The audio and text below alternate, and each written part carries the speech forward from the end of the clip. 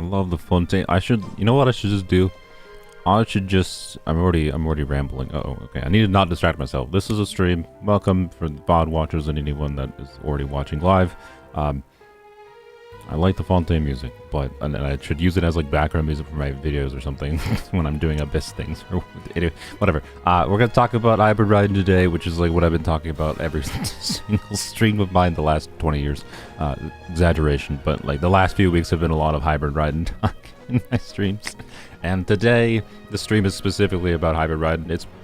I say this a lot, but it's probably going to be a shorter stream, hopefully, because of that. But maybe, well, I'll talk a little bit about like Polearms Only specific stuff that I have planned this week, because the banner's almost a few days away. We'll get Chevrolet. I can't wait to have some fun on Polearms Only again with new characters. It'll be fun. So anyways, hello. Gotta wait a second for live people to join, so if you're a VOD watcher, I should condense my resin, that'd be a smart thing to do. If you're a VOD watcher, I would recommend skipping ahead, maybe just a little bit, but I'm gonna talk about right away here what the mistake was. It's a little clickbaity because having looked into what it was, which if you like peruse the comments very in depth, or you're just very well known about Genshin things in general, specifically related to Staff of Scarlet Sands. And this is a mistake I didn't know about because I only recently got this weapon on my main account, even though I've used Hybrid Raiden for quite a while on my Polearms Only account. But I don't have access on Polearms Only to any of the things that this mistake is relevant for. And I'll talk more about it, but that's basically that percentage-based elemental mastery buffs. So buffs like Nahida's, which is a percentage-based buff, do not get converted to attack in Staff of Scarlet Sands.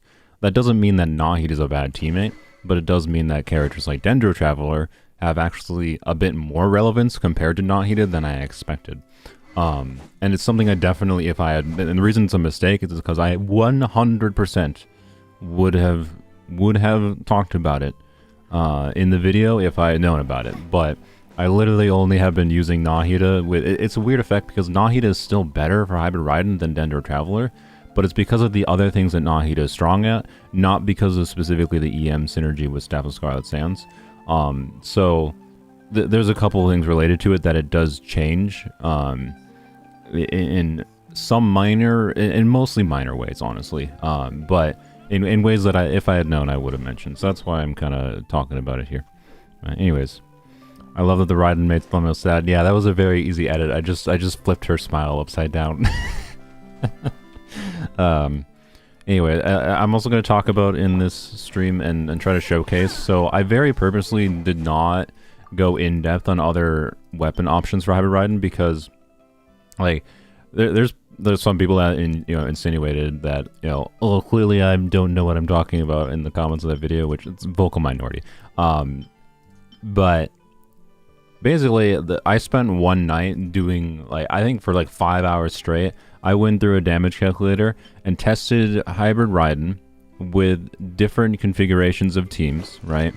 Like ones I showed in the video, with Staff of Scarlet Sands and without Staff of Scarlet Sands, right? So like I don't have the new Battle Pass weapon on this account, but like with Staff of Homo, with Engulfing Lightning, with the new Battle Pass weapon, which like the new Battle Pass weapon seems like it should be pretty good for Hybrid Raiden, right? And like, you can do Hybrid Raiden without Staff of Scarlet Sands. I think I said as much in the video, but it's a very, very big difference between this thing and not.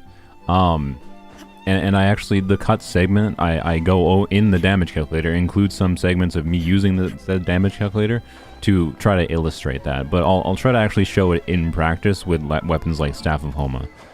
In this actual video. It's just I left it out of the Hybrid Raiden video because it was just like the scope of the video kept on like expanding, being like, okay, there's 500 different teams I want to show. What do I actually want this video to be? And what I decided the focus of the video to be was to show how Hybrid Raiden can, get good Hyperbloom damage and good talent damage. You can do Raiden can do good damage with no compromises for all the things she's good at. And to me, it feels like the best and most fun way to use her kit. That's what the video was. It's literally as simple as that. And it wasn't meant to objectively state anything about one particular team being better or another, even though some obviously were better than one or another. And that's why, like, I didn't try to cherry pick, like, me playing National optimally, because it didn't matter. The point of using National, anyways, people got pissy about me, and some people got pissy in the comments about me, like, oh, I played National really badly, why did you even bother including it in the video? It's because it's a baseline, it establishes a baseline for, like, what you would expect with a fairly high investment, like, normal, traditional Emblem Raiden build, right? Not this goofy arse EM heavy build.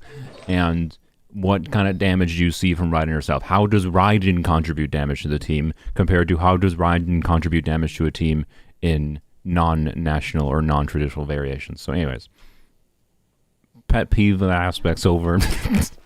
That just annoys me. It's like, I tried to establish that as specifically a control test for Raiden's damage, and people are like, you played it so terribly, why even bother doing that?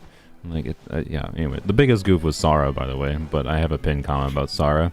The reason I don't think Sara is a problem is because I still think Sara feels kind of crap. I think the fact that I screwed up Sara so badly is evidence of why Hyper Carry Raiden's kind of bad. But anyways, why is Chiori standing here? It's you. Is this okay? Just a follow-up to the event? Okay, bye. Anyways, so let's go and actually talk about things. How many? Oh, I didn't get my dashboard launched. I don't know how many people are actually watching. 57. All right, that's enough. Let's talk about things actually concretely without just me rambling like a madman. I already know this is clickbait. I don't make mistakes. Yeah, no, I am perfect. I never make mistakes. So what is my take on Sino with Hybrid Raiden versus SoSS? I'll try to talk about that, but I want to talk about the other more important things first. I can probably go into Polearms only and like show Staff of Scarlet Sands with Sino. Although Polearms only has other problems, so I can't like show Sino's full potential or anything. You can do a similar build on Sino with like a hybrid build, and do a really weird EM heavy build on Sino. The fact of the matter is, though, to keep it simple, Raiden is better at hybrid build than Sino is, and it has off-field utility, and that meaningfully changes how Sino versus Raiden can be used. So I think Raiden is a much better user of Sino's weapon than Sino, to say the least. So yeah, Sino does really well with other weapons. You know, with like a Sino Quick Bloom. So blah blah blah. Anyways, let's do the Lost Treasures while I ramble about. I think the nice thing about this event, by the way, if you didn't know, oh frick, I hate the underwater ones though. The nice thing about the Lost Treasures is they complete your dailies. I think it's over here. We'll find out. So, do you think it's worth throwing a couple temples in order to get C6R, C0 Chevreuse? I mean, I'm gonna try to get C0 Chevreuse, so I would say I would advise waiting a little bit if you're on the fence. I might talk about Chevreuse a little bit more, but like, I want to get C0 Chevreuse on this account. Oh, frick me. Where is the thing? It's over here, isn't it? No, not there. So, enough people are here. Let's start talking about it. So, the mistake with Hybrid Raiden, I mentioned it very briefly at the start of the stream, is quite simple at the end of the day. And it's that percentage based, so Staff of Scarlet Sands, right? It says it, you know, Elemental Mastery is converted to attack. And the way that most buffs in the game work and how this is worded, I thought, and so like if you saw in the video, like when I'm using Nahida with Raiden and trying to do like specific weird set, like someone like criticizes, like I don't even think I like responded to this comment, maybe I did, but someone like is like, why are you swapping to Bennett and then what takes your rotation with Hybrid Raiden? This guy doesn't know. Like, I'm swapping to Bennett to use Bennett E to trigger instructors to get additional EM that also gets me additional, like, it's, you know, whatever. There's a specific reason. It's because like I have Freedom Sworn and instructors on Bennett. That's why like it made sense to swap to Bennett multiple times in a rotation before doing Raiden. But anyways, the one thing that this actually does change, by the way, is it changes potential rotations a little bit because of the fact that you don't need to worry about Staff of Scarlet Sands getting the buff. So there is some sneaky weird upsides to this mistake I made, which is that Staff of Scarlet Sands, right? So this buff says it just gives it converts Elemental Mastery to attack. And you would think that as long as you know, this the first line is just a passive effect. It's just equipping character gains a percentage of their EM as bonus attack. And the second line is specifically you get more bonus attack after triggering the passive to full stacks. So you would think that as long as, you know, you do your Nahida burst, right, to get her passive up with this EM buff, and then get your other EM buffs going, and then get the passive going, which is why I waited to do Raiden's E to get the passive going.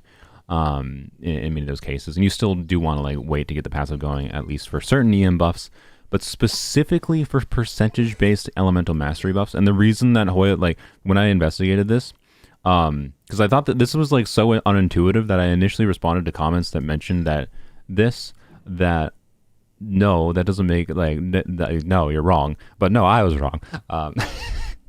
After I researched it, because it turns out, no, they were right that Nahida's buff, and the first person that, to be clear, said that, oh, EM buffs in general don't affect Staff of Scarlet Sands. That is not true. It is not EM buffs in general that don't affect Scarlet Sands, external EM buffs.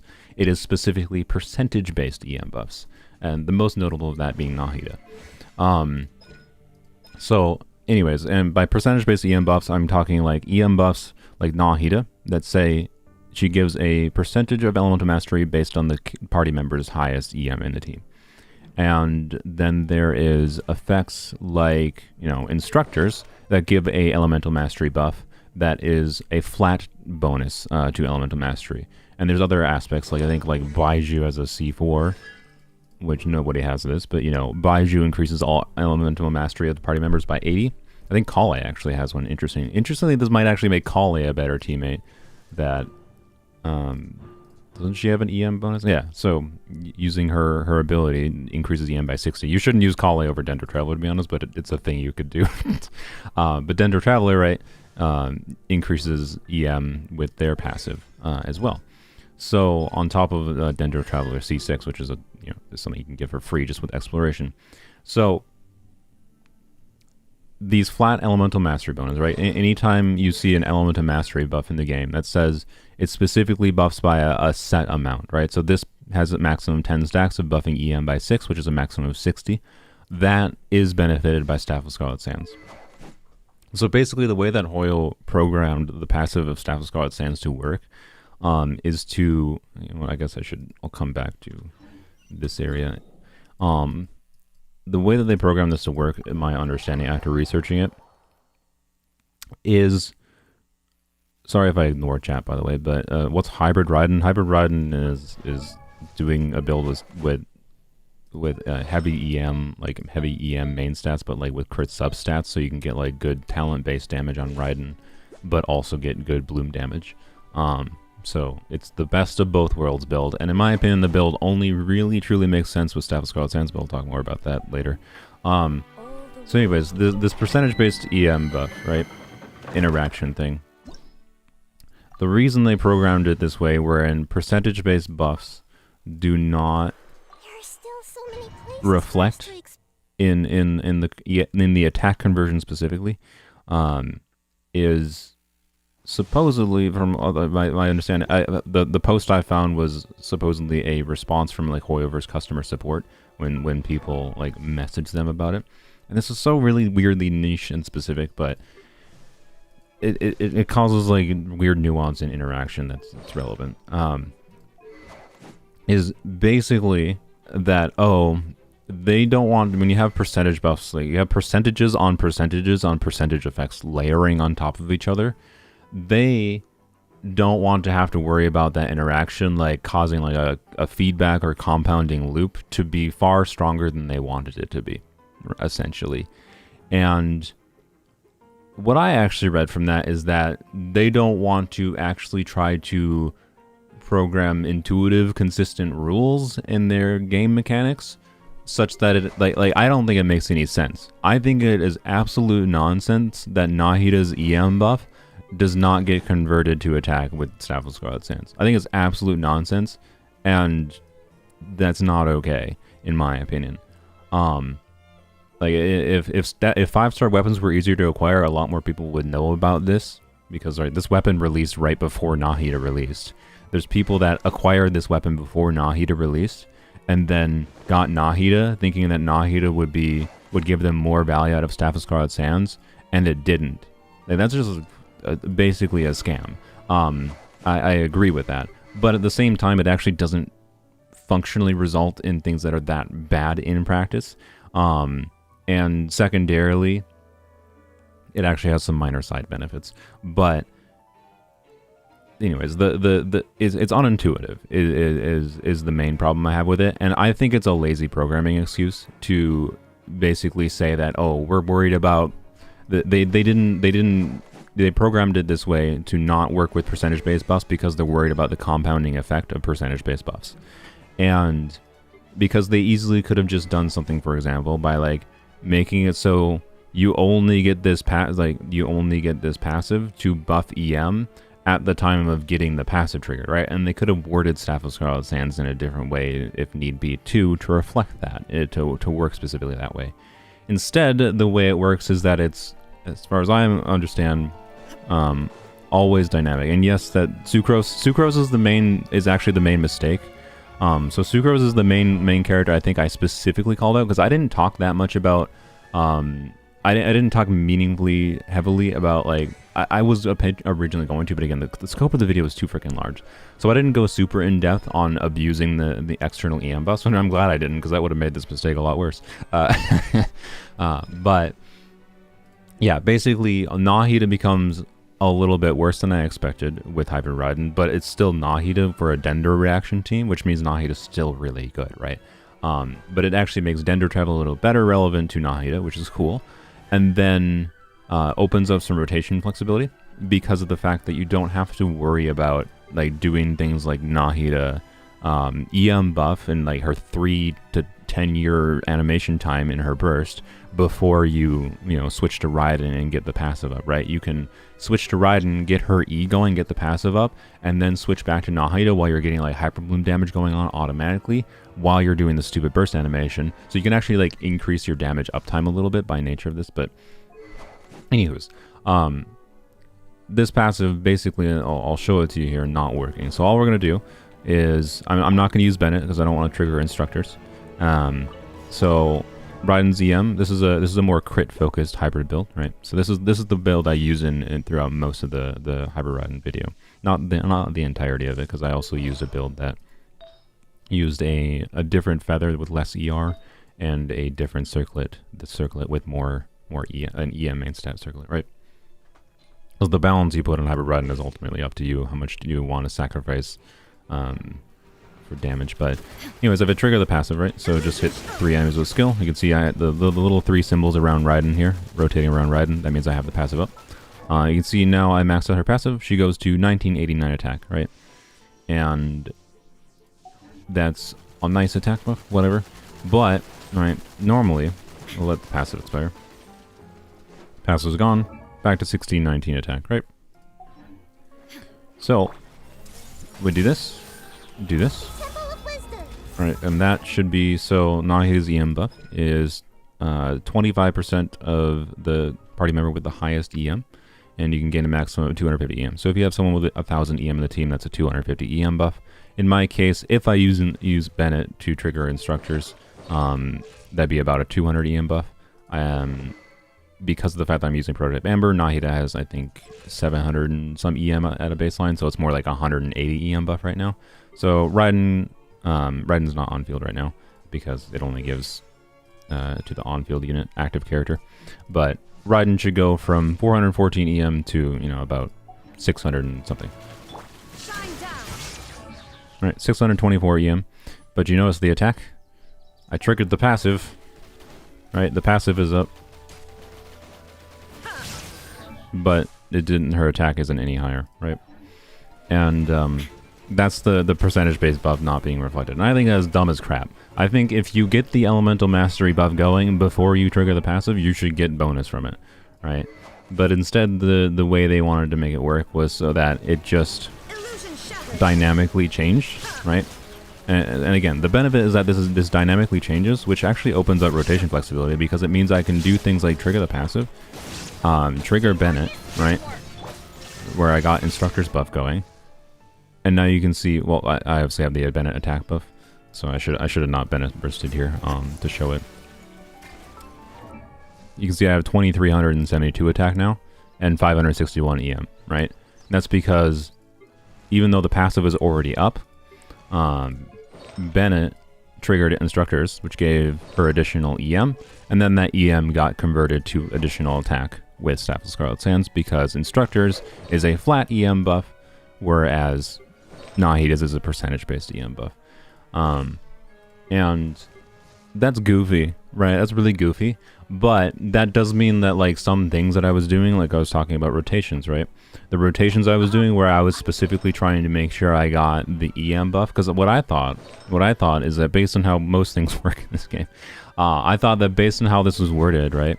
When an elemental skill hits opponents, the blah, blah, blah, blah effect gets, you know, bonus stacks. I thought, like, this triggers when you get bonus stacks.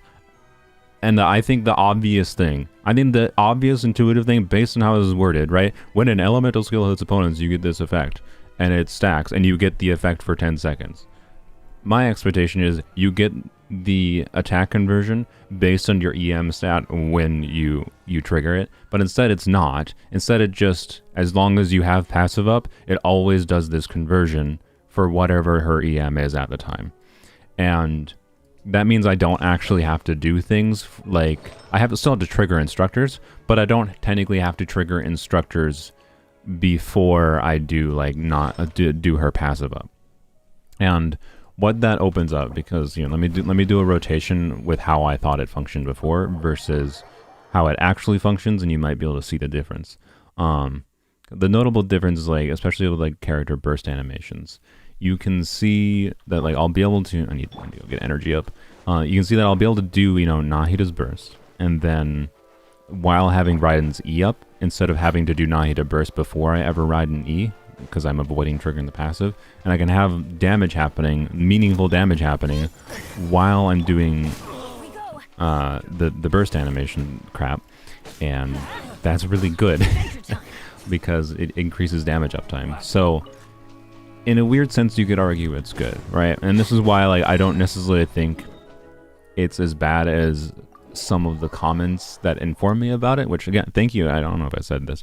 Thank you for the comments that told me about it and insisted on it, especially when I was a twat and initially said it was wrong, that they were wrong, even though I was wrong.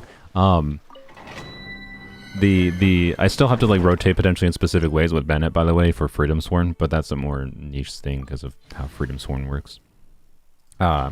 Freedom Sworn, you have to trigger 2 reactions with Bennett, and Bennett has to be on field to do that. So, anyways, so what I basically thought before, and this is like how I was doing rotations before, because I thought, you know, I need to get the EM buffs going beforehand. So I'd be like, all right, here, trigger, stopping a butthole, trigger instructors. And the reason to do that, trigger instructors so that EM, Nahida has 855 EM, which, you know, then when you use this burst, and you can see she gets a little bit over a 200 EM buff, right? And if I didn't trigger instructors first, she'd have a little bit less EM than that. The EM buff would be like 20 EM less or something like that. 20 or 30 EM. Well, actually, no, specifically 30 EM, because you're lacking 120 additional EM, and 25% of 120 is 30. So I get 30 more EM by making sure I have instructors before I do Nahida's ult, right? And then I would do Raiden E, you know, get the stacks up, okay, and then I could do Raiden's burst, right? But, okay, let me get my energy back. Switch to you. Can I? No, stop. Oh, I don't have stamina. That's why I wasn't able to do it. There we go. I wanted to heal. Oh, I already have my energy up. Okay, well, we're just going to heal, and then, it's fine. Can I? Why am I not healing? Oh, I'm out of freaking range, am I? Oh, no, I'm dumb. It's only the active character. I never use this heal other than Overworld and Bed. And I was looking at chat. Heal up a little bit. I just want to have some damage bonus when I actually use Raiden's Burst. Actually, wait, this doesn't matter because I have C2 Farina active now. I don't need to do this. I forgot I had C2 Farina now. I literally had a video today about it. So, anywho's, is it for EM or for EM not counting percentage buffs? Yeah, it's specifically EM not counting percentage buffs. It counts EM buffs. It just doesn't count EM percentage-based buffs like Nahida, Sucrose, and Key of Caution Suit, which I think are the only ones off the top of my head, those are the only things I know of. Is Key of Caution Suit does an EM percentage-based buff, so that doesn't get converted. Nahida's buff and then Sucrose's EM buff are all percentage-based. So it's a bad heal anyways. Oh yeah, for Farina, yeah, I know. It's something you use in like really niche scenarios. It's cool to have on our kit. It's a cool mechanical aspect of our kit to switch modes, but the mode switch itself is more mechanically useful and interesting than the fact that it heals. Are we on? Yeah, we're on the right mode. So now this time, because I don't have to, because of the fact that Staff of Scarlet Sands passive, if you get it up, it always adapts to any flat EM bonuses. I should not have to worry about doing buffs before I do the passive. So I can do something like this and this, which stop interrupting me, and that, which I avoided doing before. Trigger that, do that, and you can see, I have damage happening while there was an animation happening, and I think I ran out of what's her bucket's burst, but I might have ran out of Farina's burst there. I don't know. Actually, no, I don't think I did, because I wouldn't have had that high of damage from Raiden. So anyway, actually no, I might have had that high of damage because of the buff this domain gives. So anyways, I don't know if that's useful for anything I care about, but it's EM with ER on a 4-line. I'll look it. For C2 Farina prototype is enough. That's why I realized I didn't have to worry about the the stuff. So yeah, this is just really weird, right? Because have the passive up, 1989 attack, right? Do buff for there's instructor's buff, right? And then now she has more attack, right? That's weird. That's really weird. I think that's unintuitive and goofy for how that works. But at the same time, it does mean you're a little bit more free to rotate, but in different ways where you don't have to worry about getting specific buffs up at specific times because it should always reflect, but it specifically only works with flat damage buffs. And the notable things is that this makes Dendro Traveler better than I had thought relative to Nahida, because on paper, Nahida's EM bonus, when it's Nahida giving a 200 elemental mastery bonus, if that 200 EM is getting converted to attack, is a lot stronger than Dendro Traveler. But Dendro Traveler is actually better at buffing Raiden's talent-based damage than Nahida. Nahida is better at buffing Raiden's Hyper Bloom and other transformer reaction damage because Nahida gives more of an EM buff, but Nahida's EM buff doesn't benefit Staff of Scarlet Sands, which means it benefits her talent damage less. So, and then Dendro Traveler also gives electro damage bonus, right? So Nahida only gives a buff basically to Raiden when she triggers Aggravate and Hyper Bloom and have a stroke electro charged, or overloads in the case of my team because Bennett is here. Which makes Nahida still better overall, to be clear, because a lot of the team damage and what makes Hybrid Raiden and Hyper Bloom Raiden strong is just having a bunch of EM on her increases your transformer reaction damage, right? And Nahida also applies a lot more Dendro than Dendro Traveler, and in a manner that is far more convenient, I would I would say is relatively obvious to most people. And Nahida can be a prototype Amber Holder, which I think is also very relevant in the context of Farina, especially nowadays. So I still think Nahida is a better teammate for Hybrid Raiden, but she's actually worse than I expected. Relative to Dendro Traveler specifically, because of this percentage-based EM buffs don't get converted, whereas Dendro Traveler? Whereas Dendro Traveler, with their passive, giving 60 EM, does get converted. So that's cool, honestly. It means Dendro Traveler has slight more relevance than I thought, which is actually kind of cool. The biggest thing I said in video, though, because I think I specifically called out Sucrose's EM buff in the video, as being better than Kazuha, assuming I didn't cut that out, but I know I said that, at least in the uncut version.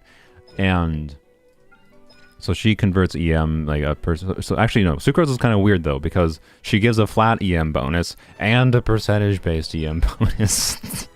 God dang it, Sucrose! Could you be less confusing? So Sucrose still does benefit you, and Sucrose arguably because of the EM bonus and how valuable EM is for increasing your hyper damage, or the same as like the EM bonus is valuable for Nahida still. Sucrose could still be better than Kazuha. But as far as for buffing Raiden's talent-based damage specifically, Kazuha might be specifically better. But Sucrose is specifically worse than I thought she was because of that. But it doesn't make her EM bonus bad, because the team still gets a lot of value from EM in general as a stat. It's just specifically you don't get value from percentage-based conversions, percentage-based EM buffs with the attack conversion. It's so stupid. It's so stupid, right? So like again, it's like relatively minor because you still get a large benefit from the EM bonus. This is why it's hard to notice because I don't generally and this doesn't affect any footage I showed in the video, right? So it just affects minor things that I said. But I don't know. It's really weird. It's just like good to know about, and that's why I'm talking about it. Because if you're going to do this down this build path, it does potentially change slightly how you're using characters, and it would change your rotation such that you don't need to do things like making sure you trigger instructors first. So yeah, it also means like buffs like Kazuha's buff. So Kazuha gives a 200 EM buff. This is a set amount. It's not percentage based. So Kazuha's C2 is much stronger, of course, with Hybrid Raiden as well, because that does get converted. And so that means doing something, for example, like Dendro Traveler, which then enables me to use, because you don't use an Animo unit with Nahida because she eats all Electro Aura, you're never going to be able to swirl consistently. But with Dendro Traveler, for example, and Kazuha instead of Bennett, right, which we can try this, I can like abuse my C2 Kazuha, flat EM bonus, and the flat EM bonus and elemental damage bonus from both Kazuha and Dendro Traveler to potentially get very big damage on Raiden. Bigger than I originally thought, because of how this works. The biggest bummer actually for me with the percentage-based thing not working is that because of Key of Cautious Suit being a percentage-based EM bonus, which let me show that.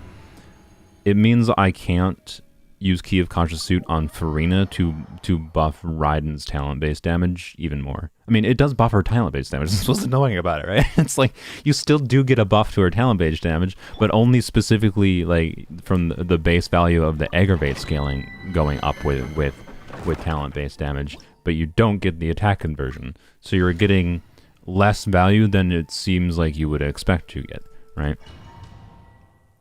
So you consider DPS calling if you get her C1 weapons only? Probably not realistically. You should watch my previous like New Year's stream if you want to see my thoughts on weapons only. I'm planning at least 1 or 2 more videos for weapons only, is what I'll say. So anyways, equip this to Farina, right? Because on paper, you build a bunch of HP on Farina, especially with Farina C2, right? If this is giving an EM bonus to the whole team, once you get the 3 stacks, which is very easy on Farina, then theoretically this weapon on Farina could be configured to give like a 150 EM bonus to the whole team, which again does benefit the team damage and does benefit Raiden's aggravate damage specifically, but it doesn't benefit the attack conversion, which means it's less than you might expect. So that's why I don't think it's like as significant as some commenters in the Hybrid Raiden video were making it out to be, because you still do get a benefit from all external EM buffs. Like I think I said in the video, external EM buffs are really strong with Hybrid Raiden, and they still are. They're just slightly less strong depending on what kind of external EM buff they are. It's so stupid. It also means, and I really wish I just blanked and forgot to mention this in the video, but it also means that Sapwood Blade becomes meaningfully stronger, because again, this is a flat EM bonus. So if you, particularly at R5, this generates a leaf that can buff your EM by 120. That means like a Bennett on instructors, and with Sapwood Blade at R5, if you pick that leaf up with Raiden, that's a 240 elemental mastery buff for Raiden's damage. That's significant. And notably, this is maybe something I should have mentioned in the video as well, the more you abuse external EM buffs, in particular these flat EM buffs, the less you need to build like EM main stat on Hybrid Raiden. So one of the big things, I guess, with the fact that these percentage-based EM buffs don't work is that if you are using, like say in this context of where I'm using Key of Cautious Suit and a percentage-based buff from Nahida, wherein like these two characters, and I could configure Farina to have like an HP circlet in this context even, right? And then Farina with an HP circlet is probably, and once she gets stacks of her C2 up, is probably going to buff Team EM by around 200. So like 200 EM from her, 200 EM from her, and then that makes Raiden's EM. And then if you have instructors on the team, actually no, you probably wouldn't have instructors if you're, anyways. So it makes other weapons for Hybrid Raiden slightly better, because you're not getting the compounding additional value, right? So I will talk about like engulfing lightning in particular. I think actually becomes a little bit better than I expected in the context specifically. I don't have engulfing lightning test, of course, but in the context of Hybrid Raiden, when you're specifically abusing all these elemental mastery percentage-based buffs, specifically the percentage-based buffs, but there's not enough of them in the game that I think it's actually relevant. And I don't think that changes what I said in the video, wherein the reason I think Staff of Scarlet Sands is uniquely relevant is because of the EM conversion. But the big problem I have with other weapons, and this is why I decided to cut it from the video, is that if you use other weapons for Hybrid Raiden, then it just becomes like figuring out how to balance or build impossible. Whereas Staff of Scarlet Sands is actually quite easy. And I'll try to illustrate that in a second here, but let me show Key of Cautious Suit not working, right? So Key of Cautious Suit, and this is right. This is going to be without. So we got 500 EM. This is ridiculous. We have 500 EM. This is without building up any of your C2 stacks, right? So 500 EM to Farina, and then I think we're getting about 140 EM. I think no 100. We're getting about 120 EM right now from Key of Cautious Suit, but that will not get converted with Staff of Scarlet Sands, right? So despite the fact that she has more EM, I will trigger the Staff of Scarlet Sands passive. Still 1989 attack. That should be more like 2100 or whatever, if it did get converted. So Key of Cautious Suit is still good for this team, right? It's still good. It's just less good than expected, and that's all it comes down to. Is it makes the passive in specific contexts slightly worse. But because of the fact that Staff of Scarlet Sands still enables the most team versatility, which is my main focus, right? It's the fact that a weapon enables a bunch of team versatility for Raiden to get good talent-based damage. Like Raiden can very consistently get like good talent-based damage in a large diversity of teams. This was the whole point of the video, and can still maintain getting hyper bloom damage that's very competent. Like the main problem with other weapons on a Hybrid Raiden is like because the fundamental issue, right, is that okay, hyper bloom Raiden is really good. You can do Raiden on Dragon's Bane and do where's my mouse? There's my mouse. And then do full EM Gilded Dreams, use these heavy EM Gilded Dreams pieces, and get Raiden up to have 900,000 EM or higher. Press E, swap off field, and Raiden is now contributing like 10k electro charges, and more importantly like 32,000 plus damage on her hyper blooms or whatever. And you can get higher than that depending on what buffs you have going, right? So the idea is, okay, you can sacrifice with Quick Bloom in general. The idea is you sacrifice your Electro units talent-based, your Electro units Hyper Bloom damage for some of their talent damage. And the reason you normally, like, Hybrid Raiden doesn't work as well is because Raiden doesn't trigger so many reactions to gain that much value for what is lost, because she's one of the best Hyper Bloom triggers in the game, which means, it's just kind of better to use her like really big AoE to universally hit all Hyper Bloom cores and just do the easy build path, right? A full EM and really good performance out of her. for how she's like contributing damage to the team. And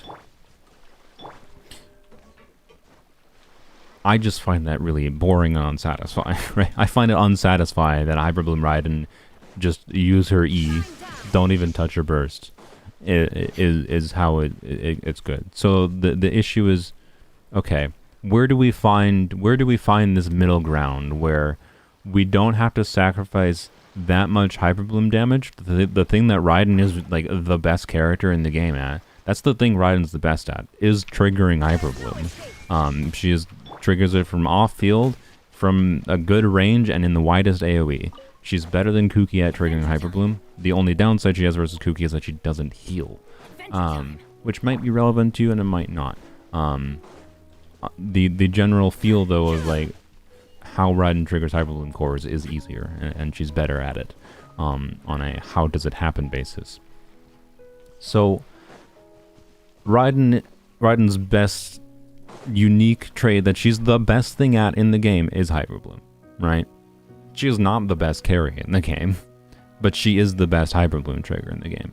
So how do we find the balance then of still trying to give reason to use Raiden's burst and get good talent damage out of her without sacrificing too much of what she is the best at, right? And you can do Hybrid Raiden, especially with units like Farina, right? You can do Hybrid Raiden and you can use kind of whatever weapon. Just keep an EM focus on her, but try to like have a good amount of like do the same thing, right? Like let's just switch to the catch or whatever. Let me do this and then do this. So like if you do the catch on a Hybrid Raiden build, right? You can see I got way more ER than I would have to switch to a crit rate circler, right? So let's actually just use, this is a good example, right? Like the catch gives a lot of valuable stats for Raiden's talent damage, right? And it means like we would probably want to do something like swapping to a crit rate circlet though. So we'll do like this circlet, right? And like, okay, we have 1410 attack, 464 EM, and then 69 crit rate, 120 crit damage, and a healthy amount of ER, right? So this is a Hybrid Raiden on the catch. And with like Farina, I think you're going to find that Hybrid Raiden still performs perfectly fine for you. The problem is that if you just convert Raiden to like a full Hyper Bloom build, it'll probably feel better. The only difference is like this just gets like talent damage. You're sacrificing a lot of talent damage, but again, because if you're abusing, Nahida's like big EM buff, it can be better.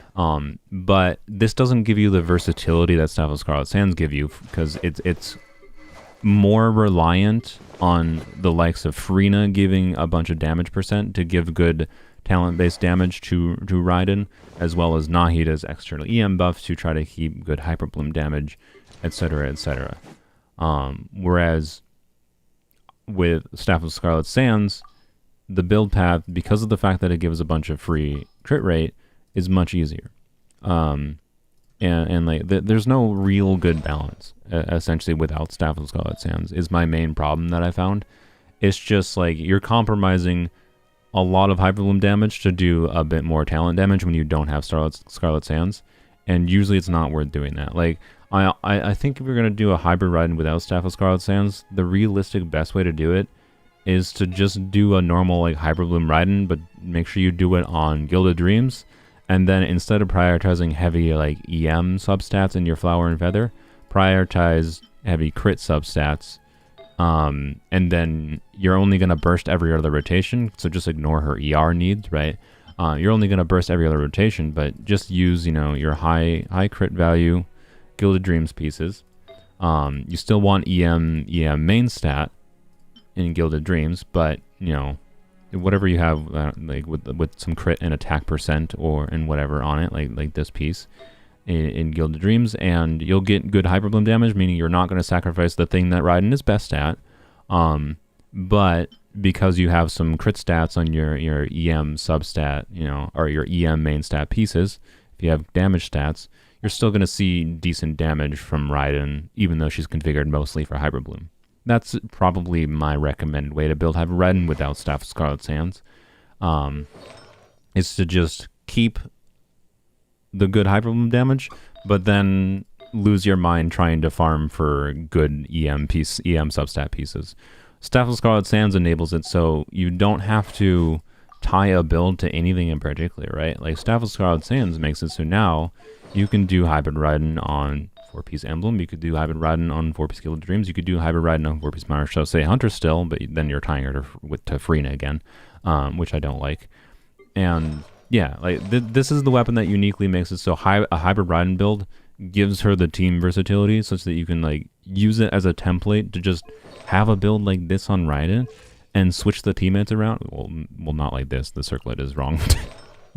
And it'll work, right? Like, it's very no nonsense. And then Raiden will get good talent-based damage. She'll maintain her talent-based damage. And like, one thing I didn't talk about in the video was how, like, I said this in the comments, but I didn't have this artifact. I didn't have this artifact. This was lucky. This was very lucky. But, and I didn't have this timepiece. So like when I got Staff of Scarlet Sands, I've only been farming Emblem for a couple weeks for the Hybrid Raiden video. Because I wanted it for the video. Like my best EM, do I still have it? I don't know if I still have it. My best EM timepiece on Emblem before was like EM with like 1 line of attack percent. But even artifacts like that, like Staff of Scarlet Sands, because it gives you so much stat value for this specific build path for free, it gives you so much crit rate for free, that like I could have a 0 crit value EM timepiece. Like if I had a EM timepiece that was 20% attack and 2 lines of ER, I think that would be better than this piece with 0 crit. Like yeah, the crit ratio goes down by 10%. Now I have 72% crit, and that's like less preferable. So many freaking people are more than happy running, you know, 60-50% crit rate on their DPS units and still feeling like that's fine. That like, does that really matter? Like Staff of Scarlet Sands just so easily enables this build path to be a thing that's actually not that hard. And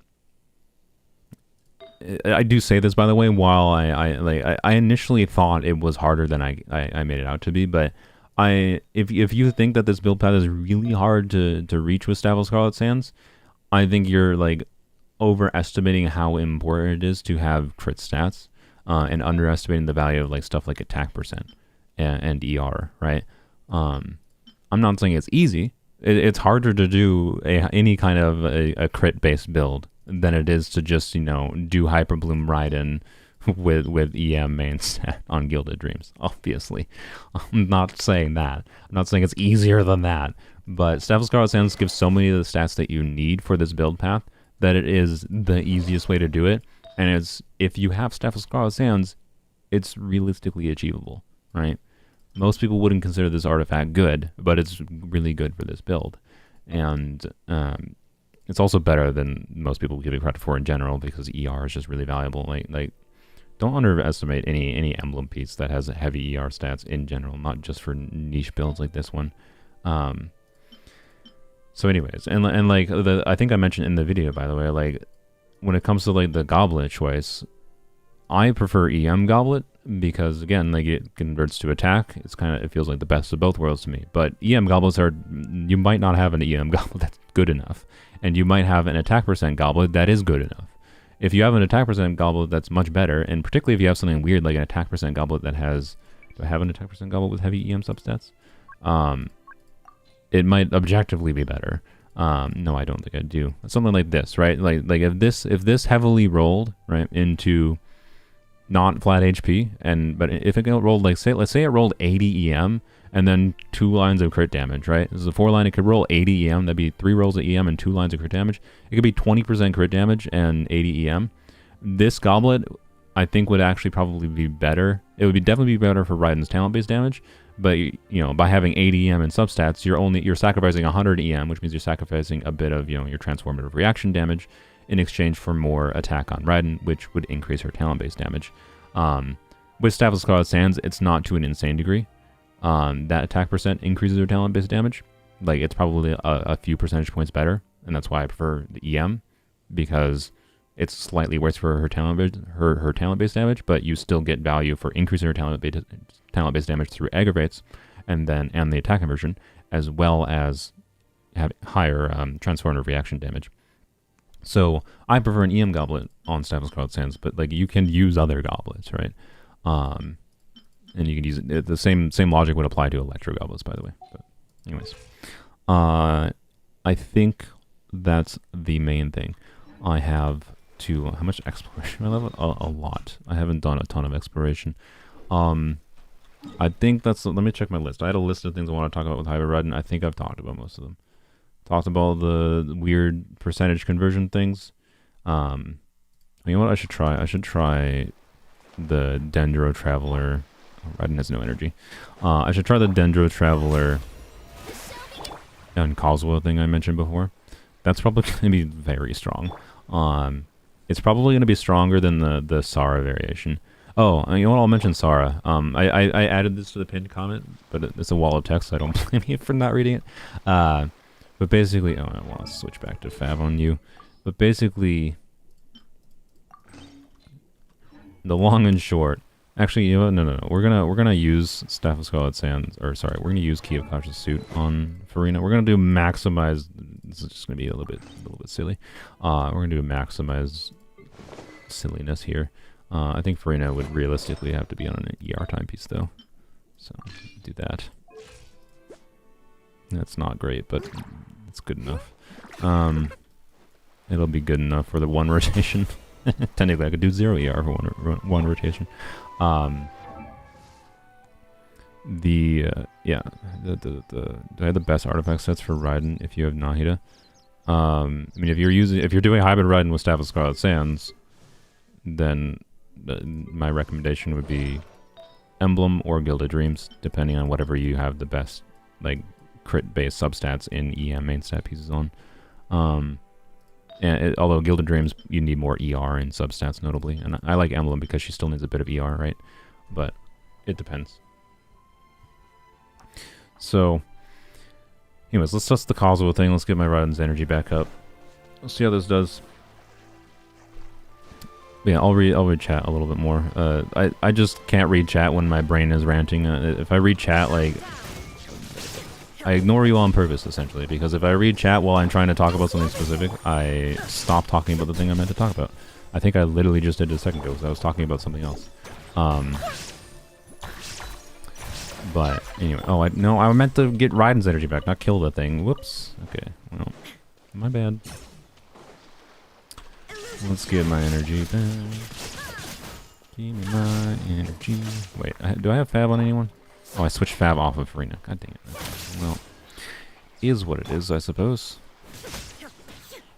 Oh, wait a minute. I'm dumb. I specifically put a portable waypoint over here so I could use the turtles to get energy back. Show Farina build for this team. It's just Golden Troop. I did activate C2 Farina now, though, if you didn't see my video today. And I because of the fact, so if you didn't watch the video, basically I like C2 Farina for the fact that it enables more niche specific team comps that aren't as really possible without it. There you go. If I'm actually using Key of Cautious Suit, I think for a solo Hydro build, this is the build I would use. Because she's ER hungry when she's the only Hydro, especially without Fav. I honestly don't even know, as solo Hydro in this team, if this is enough ER. ER on her, so yeah, but that's what I'll leave it at. Anywho's, let's get my energy. Wait, she doesn't proc on these, so she doesn't get. Oh my god, man, Mahoyo, why? Could you at least, bro?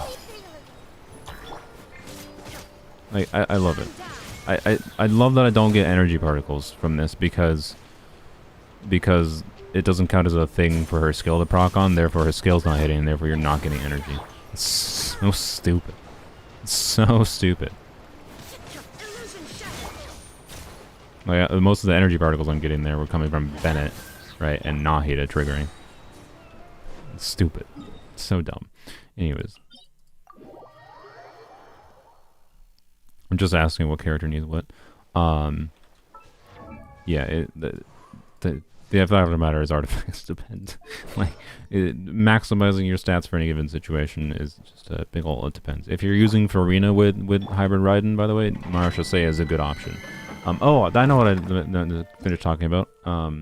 Engulfing Lightning is definitely, and I said this in the comments, but I didn't have Engulfing Lightning to show and in the video, obviously. So I didn't really feel like going into it, and I didn't feel like having a whole 20-minute section of the video just talking about other weapons for her. I already talked about how other weapons, like, fundamentally, it just makes balancing the build for Hybrid Raiden basically impossible.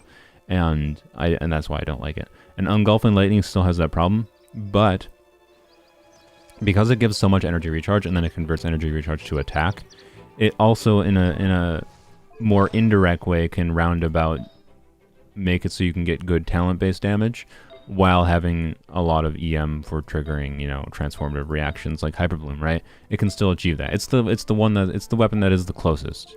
But again, the problem is, like, it puts the onus on your artifacts very heavily into crit. Because it gives a bunch of free ER, so okay, now you can ignore ER and attack percent, generally speaking, but now you need all the crit. So now you need you're chasing, like, the literal nightmare artifacts of, like, you want a 50, this is an exaggeration, but, you know, your dream goblet on an Engulfing Lightning Hybrid Raiden build is an EM goblet, but that rolls 50, or that rolls 40 crit value or something stupid, right? Whereas with Staff of Scarlet Sands, it puts the spread of stats you need to be much more balanced, right? And that's the difference. So, specifically because of the fact that Engulfing Light, now that, like, I know that, you know, Staff of Scarlet Sands does not convert weird buffs like percentage-based EM buffs, which the most important of them is Nahida's. If you're specifically always wanting to do Nahida with Hybrid Raiden, and you are going to do Farina, so this is a lot of ifs, right? This is why I still think it doesn't, like, really, it doesn't, because this is assuming a lot of specific teammates, and if you're assuming a lot of specific teams with Hybrid Raiden, to me, it loses a lot of what I like about Hybrid Raiden, which is that team flexibility, and that I can swap out any of his teammates. But anyways, if you are specifically trying to, like, min-max Hybrid Raiden to get the most damage possible, and you're doing Nahida, you're doing Farina, and then you have Engulfing Lightning, and you're doing a hybrid build with artifacts similar to mine, but instead of Emblem, you're doing Marechaussee Hunters, because you can use pieces like this on Marechaussee, you can use pieces like this on Marechaussee in that context, and then an EM Goblet still like this, it's an off piece, right? And then whatever, something like that, and then something like this, right? This 20 crit damage, 89 EM substat flower. If you're using Engulfing Lightning in that context, with characters like Nahida, who her EM buff doesn't benefit Staff of Scarlet Sands anyways, and, you know, you're using Farina, who enables you to use Marechaussee Hunters on Hybrid Raiden, and therefore, because of the fact that you're getting a whole bunch of free crit rate, you have less issue with the fact that you need to chase very rare substats, because the 4-piece bonus of Marechaussee Hunters gives you enough of the stats you need to balance the build for free, right? So you're getting the stats you need in a more roundabout way of using specific teammates with a specific artifact set. But again, that restricts Hybrid Raiden to specific artifact set, restricts Hybrid Raiden to, like, again, so Engulfing Lightning is a good option. But, like, as far as 5-star weapons are concerned, it's not good enough, in my opinion. But if you really want to do Hybrid Raiden and you already have Engulfing Lightning, it's worth trying. I just suspect that it's going to have that problem of, like, if you're not using, like, you know, Farina on Marechaussee, have fun trying to reach a balance of stats. Like, I'm jealous of you. If you manage to have, you know, a 30 CV plus goblet timepiece and then whatever cracked circlet and then, you know, cracked everything on your Raiden, and you can do an engulfing build without having to do, you know, Marechaussee Hunters and Farina on the team, and you're always using Nahida to get an EM buff that will make sure you always have, you know, decent Hyper Bloom damage or whatever, then it'll probably work fine. But it's more that it'll work fine less because of what Raiden does and more on because of what the other teammates do, which is what makes strong teams in Genshin, but I don't know. It's something I would try if you have engulfing lightning. That's all. I just don't like the idea of trying to actually balance the build around. Ah, I meant to use Kazuha. Okay, well, whatever. It's fine. It's fine. Here's a control test. We're doing the Bennett variation. Right. We're gonna do the Bennett variation, and then we'll do Dendro Traveler Kazuha instead of Bennett Nahina. That's the idea.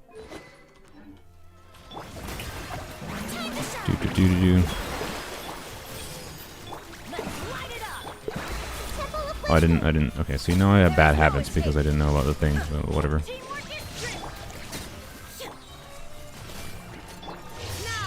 Man. Okay. Don't look at the time because I spent time diddle-daddling 5 minutes. Yeah, it took 5 minutes to clear that abyss, or this chamber, or a chamber, a domain. God, okay, I have a stroke. So, wouldn't Jean be better for this team than Bennett for Furina buff? No, because I have C2 Furina. And that's all it comes down to. We're abusing the fact that I have C2 Furina here. I'm not actually recommending this Kazuha and who was another character? I stroke Dendro Traveler. Dendro Traveler. Oh wait. If I'm removing Nahida, I don't have frickin' Prototype Amber. Ah, frick. Okay. No, you're correct. It's probably Jean, because you do need some amount of healing. So no. Okay. Whoops. Whatever. We're still gonna test it. We're just gonna heal up. we're gonna heal up with Furina here. And we're gonna see what it is, but this is gonna be the 1 rotation team. You don't get any Furina buff after the 2nd rotation because you don't heal, so don't worry about it. Or you spend a 2nd rotation healing with Furina's skill. Don't do this. So don't do this. It's not recommended in any fashion. So yes, Jean would be better than Kazuha in this context, but we're using Kazuha because I have C2 Kazuha. For 1 rotation, it should give some silly damage. That's the idea. This world is full of unsolved mysteries. We'll see what it do. Why did none of my characters have their freaking bursts up? God's sake. I do have another nice abuse of Kazuha here is that Zyphos gives energy recharge to Raiden, so her energy recharge needs go down. Jean can also swirl Electro? Yes, indeed. So yeah, Jean, I want to acknowledge Jean is better here because I forgot removing Prototype Amber. I don't. Like one thing you gotta keep, like, I really like that Jean has more relevance now. That, you know, I hate how Raiden generates energy, man. It's so dumb. Jean, like, had very niche utility for like Sunfire comps before Furina's release. Furina is the one that made Jean relevant, but like it's part of why Furina is balanced is because of the fact that normally you don't use Furina and Kazuha together because you need a healer because you're using Furina, and therefore like the actual gain you're getting from Furina's bonus is not as like high as people make it out to be. Like Furina Jean combo is nice and it's a good combo, particularly in that it frees up your Kazuha over another team or something. But you could also just like do a different Hydra unit in this context, and it would be similar and better in some ways. So if I was actually playing this team, I want to be clear, I would probably use someone like, you know, Xingqiu or Yelan or Candace. You think I'm joking. But yeah, like use Xingqiu, Yelan, or Candace in this context, right? Or maybe Ayato. I don't know. No, I don't like Ayato, but you know, you can use him. You could use him as a burst support and on-field him for 2 seconds or something. So I'm doing this just for the lulz for 1 rotation. That's what I'm saying. But Jean, it's cool that she has relevance with Furina, but what you sacrifice by using Jean is you sacrifice a lot of utility that other animals could potentially give you. And that's just part of what actually makes Furina relatively balanced in giving as much of a damage when she does, is that it requires balancing your team around what she does.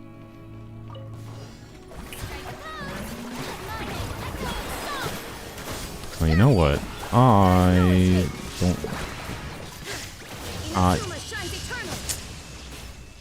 I pressed Q there somehow when I meant to press 3 to switch to Kazuha.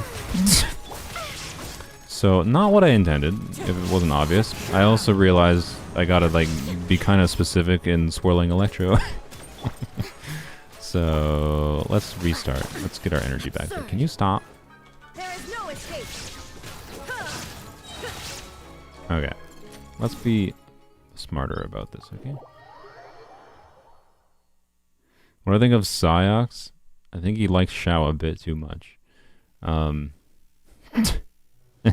I think he's good at being a Twitch streamer. Because I think he has the personality for it. Is that an insult? You tell me. I don't know. I don't know that much about Psyox, right? I think he mercs. I think he makes perfectly fine guides. He makes better the guides than I do because I don't make guides.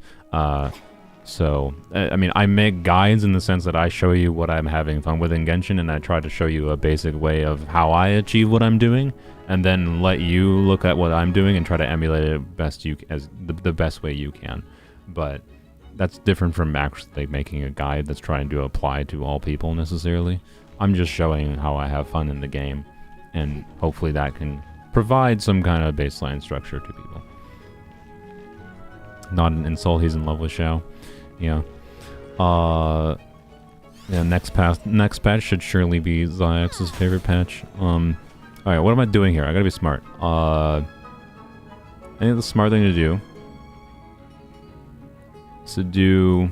Frick, this team is so weird for rotation. This is why I don't like using it. Like, I still don't think... I think I might have said in the video, I don't really like Anima with Hybrid Raiden because it's awkward to swirl. In general. But because the problem I'm mathing out here, right, is VV uptime is only 10 seconds.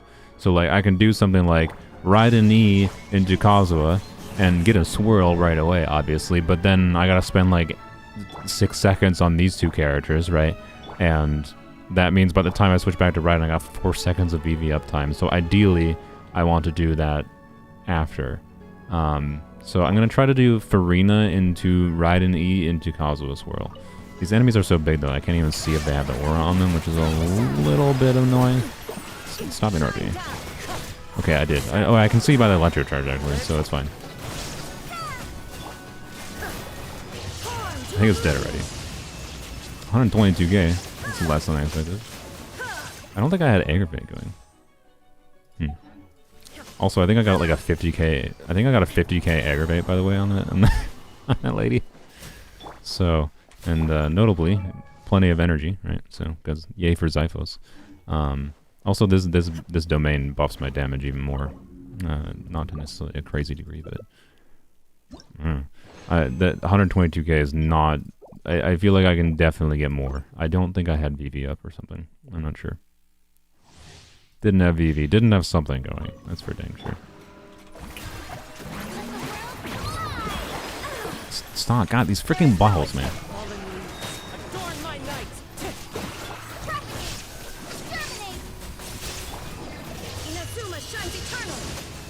144? Okay, it's not bad. It's honestly still lower than I expected.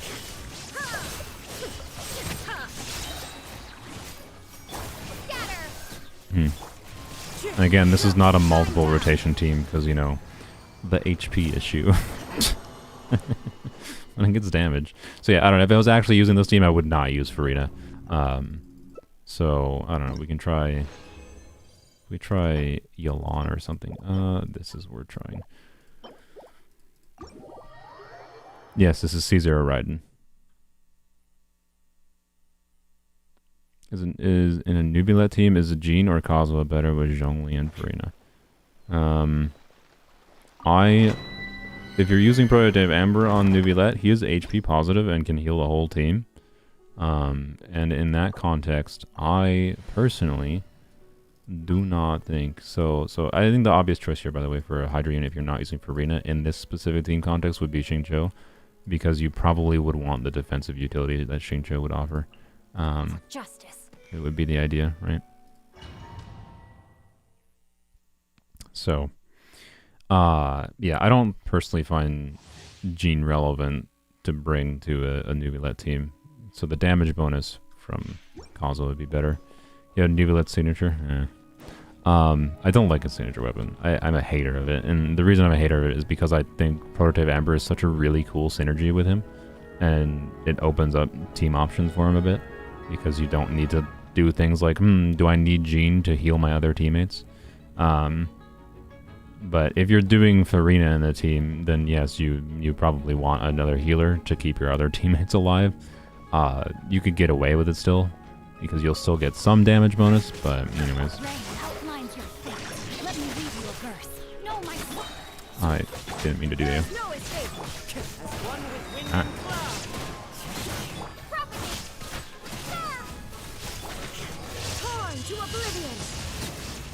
Not bad. Still less than expected. Now I, of course, don't have swirls up because, you know... yeah. Multi-wave is, again, part of the reason why I don't like it, but... But this team, obviously, you can see, like, the enemies had Electro Aura on them, so... I don't know, this is a satisfying Hybrid Raiden team, I think. I'd have to play with it more to actually get a better feel for it a little bit. Oh, sad. I'm obviously out of the I have a stroke. What was I trying to say? I don't know. Anyways, this seems like a comment. This is actually an example of like how I can just have this build on Raiden. I can just tweak the team around with different teammates, and it still feels good. The different things that different teams like configurations would have slight advantages, right? There's abyss situations where you might want to use an anima, even if like it can feel awkward to swirl Electro. In that variation, like I think I was swirling Electro pretty consistently. It's just I don't know exactly when the ideal times to swirl Electro might have been. So I don't know. The nuance of Hybrid Raiden and why I like SoSS on her, Staff of Scarlet Sands, is because it enables me to just freely change around teams like that really easily, and other weapons don't give that option. And as a final example here, let's do like you'll be able to see like let's do another weapon though. Right? Let's switch back to I have high hopes for this journey. This team variation. The horizons again. Gonna be epic. And then let's do Homa. Like Homa is a good weapon. It's a very strong stat stick. It converts HP to attack, right? This can mean, right, you still see I still have a good amount of attack even though I have, because of Homa's attack conversion, I have EM, but it's converting HP to attack, so I still have a good amount of attack. Of course, I'm not going to realistically trigger the second part of Homa's passive, so I'm not going to get any additional attack past what I have right now. So it's not as good as Staff of Scarlet Sands on a baseline level for the attack conversion. It's not even really close. But the bigger problem is like, okay, obviously this is not the right balance, so okay, switch to a crit rate circlet then, forehead. Sure, but one, I don't like that, because you basically have to use a crit rate circlet in the context with Homa if you want to get meaningful value out of it.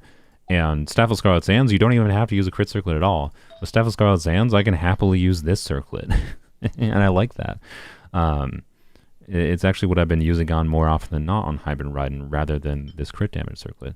So, anyways, I digress. Let's switch to a crit rate circlet. I'll yoink this one from him again.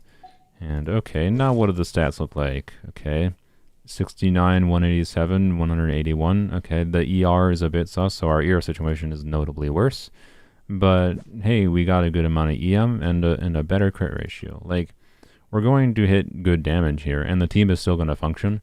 But in this context, it's again because of like how strong this core is. Like, I really like this team core because it's fun.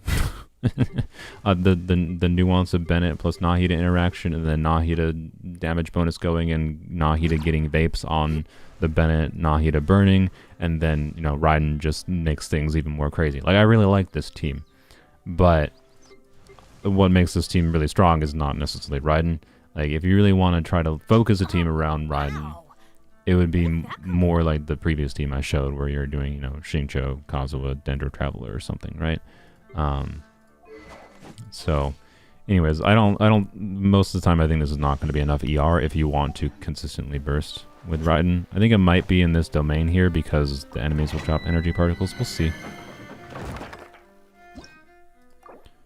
But I think it's not going to be the same experience. And again, it's just like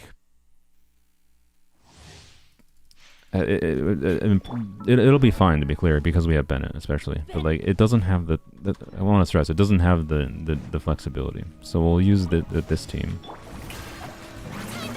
Oh, I have Staff of Scarlet Sand, or I have Key of Conscious Suit on. Stop interrupting my buttocks. Wait, did I get a buff? I don't remember. Okay, do that. And we're probably going to see bigger damage than we saw with the Kazuha team. Yeah, so, right, you can still see good talent-based damage, obviously, when you're running a whole bunch of crit damage. Go figure. It's just finding the balance is awkward, and you can see the energy issue, as I mentioned, is predictable. Staff of Scarlet Sands gives enough of the stats that you want to enable you to do things like using the circlet I was using on Raiden, wherein I have so much free crit on my weapon, free crit rate notably, that I don't need to I don't need to worry as much about the fact that I don't have, you know, a crit rate substat on my circlet, right? So in this case, like, if I wanted to burst consistently on Raiden, I'd probably want to use something more like this. And now the stats start to look a bit more sad. And, like, yeah. Look how much the attack dropped. But, anyways. You got other options. I'm not trying to say Staff of Scarlet Sands is the only option, but it's the only option that enables it to the same degree.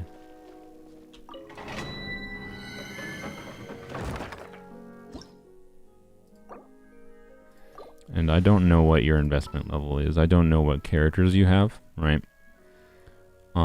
So I think the fact that Staff of Scarlet Sands can enable you to have this build work with so many different options means that, like, assuming you have Raiden and Staff of Scarlet Sands, you should...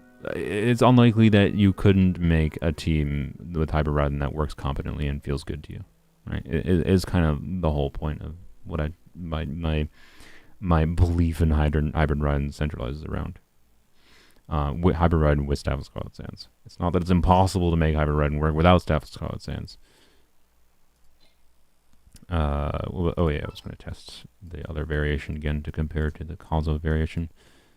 I don't know if I was actually probably getting all the buffs up though still, so, you know, is this even that good of a comparison? Probably not. I'm having a stroke. What was I looking for? Oh no, for Shincho, yeah. For justice. For justice. Yeah, without Bennett here, I think we're going to see a notable difference. Yeah, I don't like the idea of how the weapon itself, like changing the weapon using a Hybrid Raiden, meaningfully changing how different teams perform on her. Like, she performs very consistently in different teams with Staff of Scarlet Sands. That's what I was trying to illustrate by showing 20 different teams. Is how Raiden's damage is so consistent in that kind of thing, in that situation. Why am I having such a stroke? Dendro Traveler. There's still a long road ahead. Is there? Who was I using? Kazuha, yeah. Sounds good to me. And by the way, for some players, Shincho might not be enough defensive utility to, like, clear an Abyss. And I would say it would depend on the Abyss a little bit. But, like, Shincho's damage reduction is strong. So, like, I have a talent level 9 Shincho, and I think he reduces damage by 28%. I believe at level 13 that goes up to something like 35, if I recall. I could be wrong. It might be even higher. Okay. Not to mention the interruption resistance.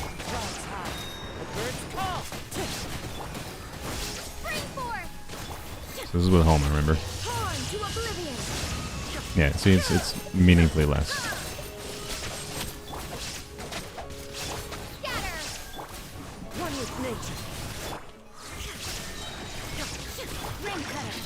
grain outlines your fist. No more. Yeah, can you not? Okay, I'm not used to using Dendro Travel over there. That's my excuse here.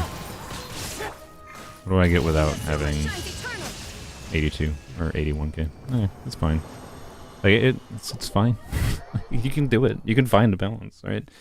I again, this just was like, and my energy needs were less of an issue there, right? But that's because I'm abusing this. Like I have this, so that wasn't necessarily a perfect comparison because what in the did I not switch? Oops.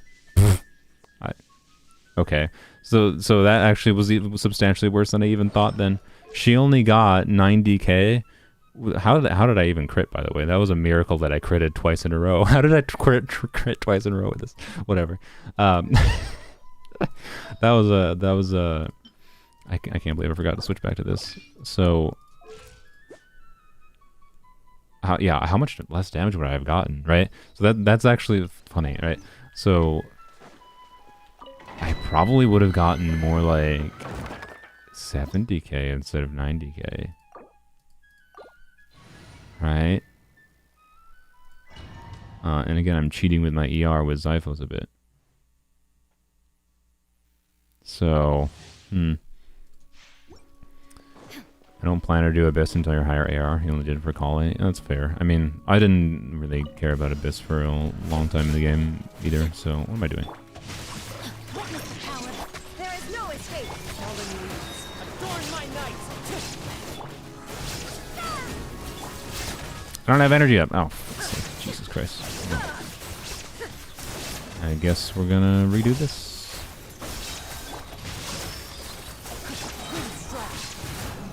I have my stuff back. I do. Okay. Let's run not 35% crit rate this time. Let's see what an actual realistic build would be. Yeah, so if you want to clear Abyss, focus on building 2 teams. The name of the game in Abyss is it's situational. And if you want my generic arse recommendation for trying to clear Abyss as fast as possible, build the relevant 4 stars, build your Bennett's, and don't undervalue. Energy recharge is the most important stat in the game, forgetting this character's function. Build your Bennett's, build your Xingqius. You have Kuki, build her. You can do a Hybrid Bloom team. You know, level up your Traveler a little bit, because Dendro Traveler is relevant. And the fact that I'm using them right now should tell you. Build your Xianglings. Any other relevant. Build your Officials. God, Official I feel like is criminally underutilized, like, to an insane degree for how ungodly overpowered she is. Like, I'll be real, the crit Kuki video that I made, it was actually a Official video. Kuki, to be clear, was an enabler for Official to get a lot more damage because Kuki triggered a bunch of Electro reactions like rapidly, which like made enemies melt by nature, triggering a whack ton of Official A4s. But Kuki strong, or Official strong. Kuki was just a fun. It was just a fun, stupid, silly way to play Kuki. It was all ultimately. It wasn't fundamentally that different than just having an energy recharge on an Hybrid Bloom build on Kuki to burst consistently, though.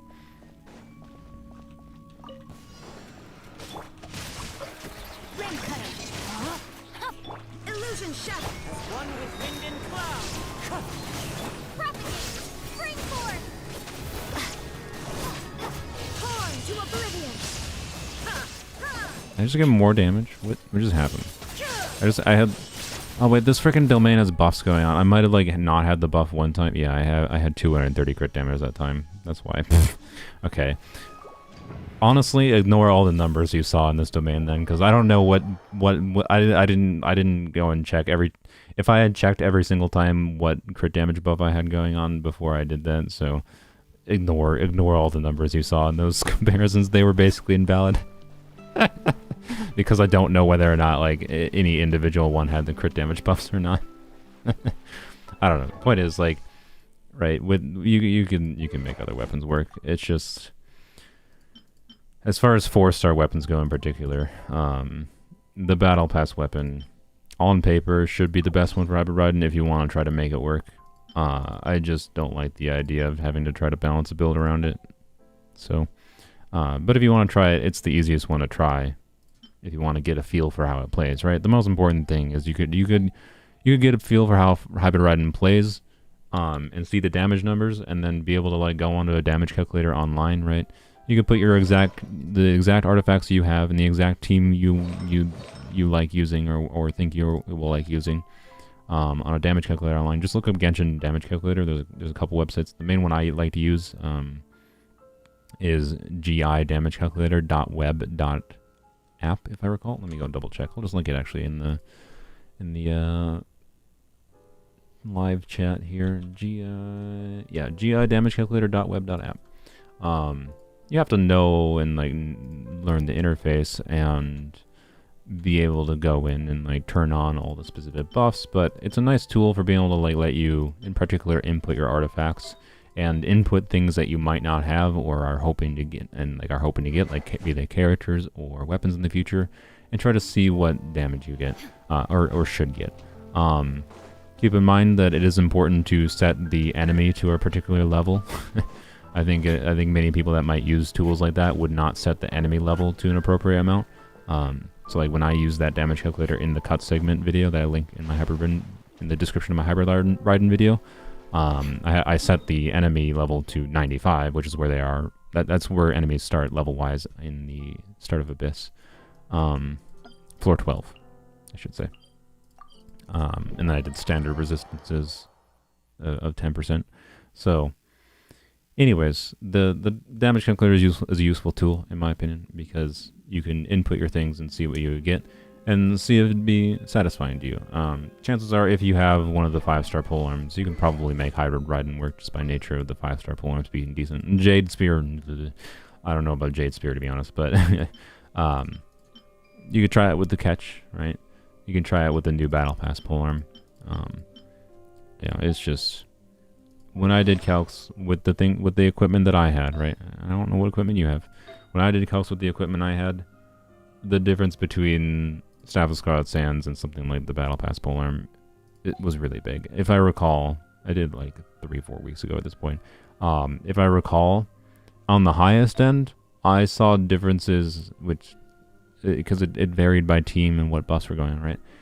I saw differences in my calcs from the damage calculator website that were upwards of like Staff of Scarlet Sands gives double the talent damage. And like, that was probably more rare, and more often than not, it's probably closer to 50% better. But that's a lot. 50% is a lot. And when it comes to trying to figure out the compromise, right? Because Hybrid Raiden is a question of where is the compromise. Again, the compromise is simple with Staff of Scarlet Sands. I want to switch to a team that has health. This team isn't bad or anything. I just don't think I'll like it for Overworld. I like the Farina Bennett Raiden variation is very nice for Overworld. It's very no nonsense, and Nahida can pick up consumables at a distance, and I can press Farina E and press Raiden E, and all the Overworld enemies die. Convenient, as it were.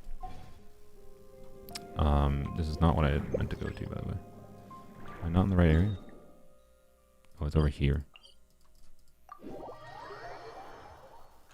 How on earth do you use that optimizer? You input all the things. You can go and upload like all your artifacts if you want, using like those artifact converter things from the Genshin optimizer website. But I might have a video coming about the Genshin optimizer, by the way. I'm a little bit of a hater on the Genshin optimizer now, because I think it fails at what it should do appropriately. I'm pretty sure it has probably caused a not insignificant amount of Genshin players to equip artifacts to their characters that are actually not optimal, unlike what the tool is supposed to say it does, which is optimize your artifacts. And the reason being is because the Genshin optimizer, just like that damage calculator, but the damage calculator isn't trying to pretend it's doing something other than what it's doing. It's calculating damage based on what you input. The Genshin optimizer, people use to like go and click their character, upload their artifacts, and be like, okay, what is the best one? And But the way the Genshin Optimizer works is actually the same as the way that damage calculator works, whereas it's actually just doing damage calculation. That's what the Genshin Optimizer is doing. It's looking at all your damage, your artifacts, and trying to do the damage calculation for you. But to get it to actually give you the optimal artifacts, you have to know the context and the situation, and you have to specify to it what it is calculating, right? And if you don't very specifically tell it what it's calculating, it will not calculate the correct artifact for you, is what I found. And that's dumb. The long and short of it is it basically doesn't assume anything. The Genshin Optimizer site does not assume anything. It doesn't, if you go and try to like put Diluc in the Genshin Optimizer and just be like click optimize around vaporize for Diluc skill damage and assume that it's going to give you the objectively best artifacts, it will not, depending on what your artifacts are, to be clear. It might, it depends on what you have available. In my case, I did that, and it didn't. It did something that was objectively wrong. And the reason was because I didn't realize you have to go into like the team section and put like what team buffs you have going on. Otherwise, it recommended an attack percent circlet for my Diluc, when a crit circlet was objectively better. Oh, you freaking stupid. So, anyways, not that like attack circlet is useless. I think people undervalue attack circlets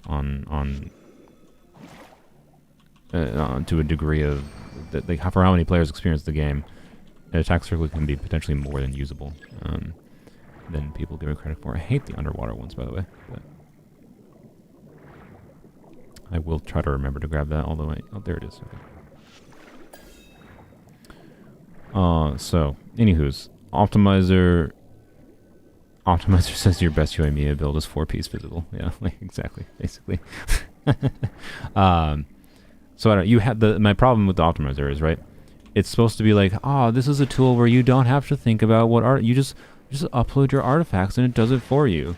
Except the problem is you have to know how to tell the thing how to optimize your artifacts for it to do it for you. And if you know how to do that, if you know what you have to tell it, then you're going to have the knowledge to just optimize your artifacts yourself by just looking through your artifacts and knowing this is the best circlet. Not that you're a perfect person, and that it's not that it's impossible for the optimizer to ever give something that's better than what you would think. But you have to spend too much effort specifying things in the Genshin Optimizer for it to actually give you a good result. And that means I think the vast majority of people that just go in there, upload their artifacts to it, go to the effort of doing that. I have to use this again, do I? Or no, it's just... Wait, what? I'm outside of the area. Oh, did I finish the thing for the day? I thought they would be longer for some reason. Okay, cool. Alright, I'm going to leave the other ones. Well, actually, no, maybe I'll do one more so I can skip dailies. How many dailies do I have? I have one more daily to do. Maybe I can just find chests here. So, anywho's, let's put a challenge here. Nahida's banner's coming when? Yeah, supposedly 4.4. So, what was it saying? I just totally, this is, what the, Okay, that's kind of a clever one. I like it. Blam. There we go. I think I need to find one more chest. Yep. Alright, that's fine. Surely it won't take me an hour to find one more chest to ignore all my dailies, right? Right. Right.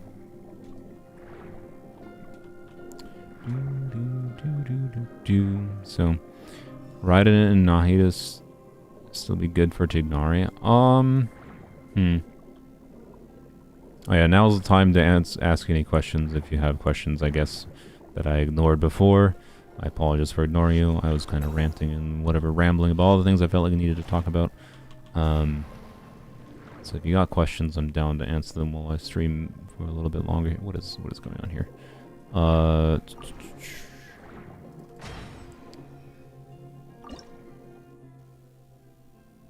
Okay. Oh, okay. I can just transfer power, right? I thought I had to do something with this leak. Do I not have to do anything with this leak?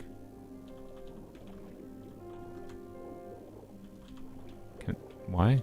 Where's the prompt? Like, what game? Why are you janking out? Like, Jesus. Why did it take so long? Okay, I think I do nothing with this leak then. It was a distraction. Oh, no, maybe I do. Should watch the gas flow when turning the hand wheel. The flow decreases and we're on that. No shit, Sherlock. Thank you, game. That's just one of those things that, like, you don't need to tell me that, I feel like. Like, just have good visual design, right? Like, yeah. But, whatever. And then I just kept on turning it because I'm dumb. Oh, I see there's another one there. Perfect. Oh, it's part of a quest. I don't care. I'll do that in the future. Maybe. Alright. Forgot this was a live, I know, right? It clearly must not be live, he's just ignoring me. Is it possible for you to fix my account? I wanted to... Oh, so, actually, thank you for asking this. It's good that I mentioned this on a stream. So I've replied to a few comments on that video. I want to do more videos like that. But believe it or not, I have finite amounts of people I know in real life that play Genshin that could have an account that needs to be fixed. I do have, like, other friends that I could actually hop on their account potentially. What am I doing? I do not want... I mean, I actually will do this, but I'm not going to do Thundering Fury. I'm going to do Emblem and get the best Hybrid Raiden piece you've ever seen. I'm going to get an EM... I was going to say an EM timepiece. There's no timepieces. Well, my hope is drained. And... Sure. I should maybe keep this circlet, by the way. But, I don't like attack circlets that aren't 4-line. Wow. One more. Because I have a problem. Yeah, thanks for asking. So, for fixing people's accounts, I want to do more... No. I have 2 double crit 4-line HB goblets right now that I have not leveled up.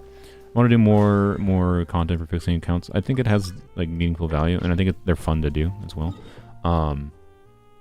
They're a little bit weird, but my main issue with not doing it before is, like, trying to figure out an idea of, like, a format to do it, because the reason I can do it for my friend's account and for my brother's account is because, like, I know them, and I can, like, ask them questions, and know how they like to play the game and know what's relevant to them. Part of the reason I never made follow-up videos when I originally thought I was going to when I first made it on my Kelly's, like, reviewing or fixing my friend Kelly's account was I thought I was going to make multiple videos, and I thought I was going to do something like see how long it takes to, like, clear Abyss. And I was like, wait a minute, this doesn't make any sense to do. Like, what is the point to do this other than just to milk it for content? And, like, if Kelly is not someone who plays the game in a way that she gives 2 hoots about Spiral Abyss, why am I farming for her to, like, do Spiral Abyss? The only thing that was really relevant for Kelly for how she plays the game was exploring and, like, making it easier for her to kill overworld enemies so that she could, like, just vibe and explore and run around in the overworld more. That's, like, what she plays Genshin like. And that's fine. But, like, you still have to, like, know basic, like, these enemies can be annoying if you don't, you know, at least equip your characters and level up certain things with your characters, right? So that's what I did. Like, I got her Kazuha, and Kazuha was functional, and that's kind of all you need. As far as, like, overworld goes in this game. Other than the local legends, obviously she'd struggle a bit with those, but I just would tell her to ignore them if she encountered them or whatever. She hasn't played, I think, in a while, so it's not really that important. Point is, like, I need to focus those videos on, like, how individual people play the game. So I'm working on trying to figure out exactly how I want to make a Google form, and I'll make a community post about it eventually. So keep an eye out for, like, a community post. I might hopefully make it next week if well, I don't know. This coming week I'm probably going to be distracted by Polearm's Only Things, but soon, TM, hopefully. I will make something that you can try to submit your account so I can maybe fix other people's account, like viewer accounts, milk you for content, but also genuinely because, like, I think it can be valuable content to, like, go through accounts and, like, show how, like, okay, based on what you have, you can try to do this. And asking what people's goals are is the most important thing. Like, I need to make it interactive in some form. This doesn't mean necessarily that I need you to have a mic and be featured in the video. If people do have, like, microphones and I can, like, just ask them to be featured in the video, I might. It might be a fun little gimmick to actually, like, have them answer through a microphone live on recording, but if people aren't comfortable with that, they won't have to, right? But I need to at least configure a Google form so I can get that information from you and have this interactivity where I can be like, okay, what do you like about the game, right? How do you want to play Genshin? What is your goal? Is your goal to 36-star Abyss as soon as possible? Because that changes the perspective of how I want to like focus fixing your account, right? And yeah, so basically it's more complicated than just milking you for content if I want to actually do it for a genuine purpose, in my opinion, for both the content to be valuable and for me to actually, hopefully, actually help you. So, anywho's, that's my little tirade about that. I plan to do it eventually. It's part of like something I want to shift to with my content in general, for making content that I think is more valuable in general, for viewers and for me to make. And as a nice upside, it performs decently well on YouTube. Yay. This has been asked before. Are you much of a Star Rail player? I am still playing Star Rail, yeah. The big question, like, I do not think... Also, Zenless Zone Zero is theoretically going to release soon. I don't like a lot of it. The more I play Star Rail, the more I... Like, it's weird. I had, like, a time in the last few months where I was, like, really enjoying Star Rail on a mechanical level. Like, much more than I ever thought I would. And now I'm starting to hate it again on a mechanical level. And it's a problem of, like, it feels like RNG hell in like, the actual combat.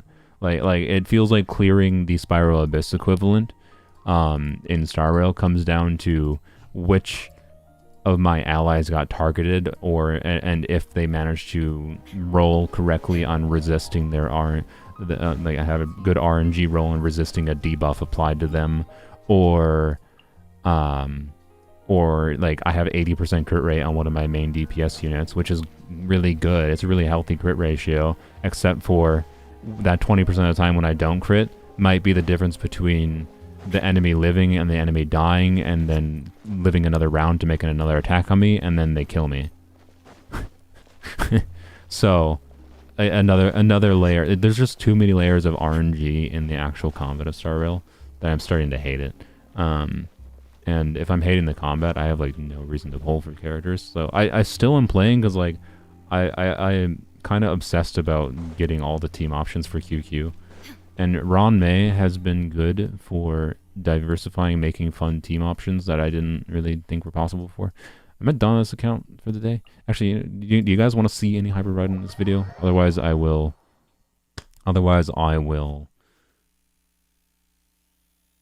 I think, probably end the stream soon. Or maybe I'll go on Poems Only. I got things to do on Poems Only quick. So, anyways. Yeah, Star Rail is good. Star Rail feels like a more well-rounded product than Genshin to me, but the thing that keeps me engaged with Genshin, it has kept me engaged with Genshin and actually enjoying it. As much as I am very critical of Genshin and I have like a bit of a love-hate relationship with it, it's the combat. It's the mechanical nuance of Genshin is actually great. There's a lot of problems in like I can't recommend it to my friends who really like nuance in game mechanics, because the amount of investment it takes to get to that point is just frankly absurd. But the combat of Genshin is what keeps me engaged, right? The nuance of being able to like there's a cycle of new characters releasing and thinking about how these new characters work with existing characters and what fun things I can achieve with them is engaging to my monkey brain, and Star Rail lacks that nuance for me. Is the vibe I'm getting. And I know a lot of people might disagree, but I don't know. That's just the feeling I get on a comparative level to the two games. I like Star Rail. I think it's a well-rounded product, but it's transitioning to a game that I'm going to play every 6 months for the story stuff that releases, is my current feeling. I'm not that heavily focused on Memory of Chaos or anything, and it's not even that hard for me, to be completely honest. Like, it took me, like, with the new, harder floors that they added in this most recent patch, it took me, like, 30 minutes to clear it. It wasn't that hard. But it just wasn't that enjoyable. So, Hello, people that just joined. Oh, $5. Seth Hart, a mistake. Freaking Seth Hart, that's a blast from the past. So Seth Hart is someone I like made like a Minecraft video or something with 20 years ago. Not literally 20 years ago, but I think it might have been like 8 years ago. Hi Seth, welcome. I did make a mistake. I did make a mistake. Yeah, if anyone's joining the VOD right now, or joining the stream right now, you're gonna have to go rewind in time to see me talk about it. I'm not gonna talk about it for another 20 years. So, hello Seth. Hello Seth. I almost ignored your donation. Live roasting. The account reviews could be live roasting. Have you attempted Abyss on polearms only? Oh yeah, you know what? Let's just switch to polearms. Let me show turtle. Where's my turtle? Turtle. I should probably just change this to like remove the on break image, by the way, because like whenever I put this up, I never actually am on break. I never usually take a break when I stream. So I should just like put a turtle on screen and remove the break because I'm never on break. Anyways, let's log in the polearms only. Sometimes I have a panic attack even though like I know I was just talking about the break screen, I just put it up. But sometimes I panic and like when I'm typing in my information there, I'm like, wait a minute, did I put the screen up? No, I'm fine. Or I'm gonna flashbang you now because loading screen. Oops, I got rid of the chat. Blam. There we go. So yeah, this Abyss was very easy for polearms only. It took me 20 minutes to 36 star. 20 minutes to 36 star floor 12. It took a few retries because the tubble was a butthole. I will probably stream this Abyss to be clear on polearms only, but I'll stream it after, like I'll stream it next weekend after we have Chevrolet, because I think it's more interesting. What am I doing? I think it's more interesting to stream then, right? That was my ultimate decision. That's why I didn't stream. But yeah, I 36 starred this new Abyss on polearms only. It was one of the easiest Abysses polearms only has had. So. You need millisecond skips, or is it just me? I mean, my connection says it's fine. It could be, it's possible it's you too, it's possible it's you, I don't know. Hopefully it's not me, but yeah, my OBS right now says it's fine for my stream, and same thing otherwise, but... Anywho's. Would you ever do a challenge similar to polearms only, but with another weapon type? So like, if you didn't see my New Year's stream, basically I'm trying to transition away from challenge accounts. And the reason is just like it's kind of just the same thing over and over. It's not that I don't think I would have nothing to an epilogue. What do you mean an epilogue? Oh, okay. It's not that I don't think I would have like nothing to add of value to those things, but it just takes an absurd amount of gameplay and grinding, which is the same thing on any account. Like the only nuance to like the early game experience of any weapon only account is just like what characters are on that. Like if I'm starting swords only right now, right? Obviously there's no sword character on the, well, actually no, Ayak is on the banner, but I was more thinking 4 stars, right? But then like Bennett is on the next banner, so like I could start a swords only account and try to get Bennett, and that would be a meaningful start to a swords only account. But like as soon as you reach the point of having the elemental coverage for weapon only accounts, the only thing that's interesting, the nuance of like exploration and everything in the game outside of combat stops being interesting, and I don't think I can offer anything valuable for that experience. Like anyone else has done that content already, but I can offer value in the fact that, you know, I could do a swords only account where I actually try to clear Abyss, and I think swords only would be meaningfully easier than polearms only. No offense to Java or anything, but like he's either purposely avoiding Abyss or just doesn't like it, and you know what, that's fine. You don't have to like Abyss, but no offense to Java, I think Java the Cup mostly just plays Genshin for content now, right? I don't think he actually enjoys it to any meaningful degree. I don't think you can play. I don't know, man. I'm saying this from a perspective of assuming people are somewhat similar to me. I cannot fathom that I would continue to be interested in Genshin if I hadn't gotten really into the combat of the game. Is kind of my perspective, right? Like there's not enough holding me to Genshin other than the combat that gives me reason to play it. So I'm not trying to say he's disingenuous. He just might have a very different perspective on how he enjoys video games in general, right? So It's just the vibe I got, is that he plays it for content. I haven't watched any of his new content, to be clear. What was I doing? I had a stroke. I was going to claim my expedition rewards. That's why I was talking here. So anyways, this is polearms only, if anyone's unawares. In merely 2 days here, we have a lot of exciting things I'll mention real quick. Mostly Chevreuse. Importantly, Raiden constellations. The question is, I'm getting C6 Chevreuse and polearms only. That is not... Well, okay. I shouldn't say I am getting, because it is possible this is not enough wishes for C6 Chevreuse. Yay. I love 4 stars. But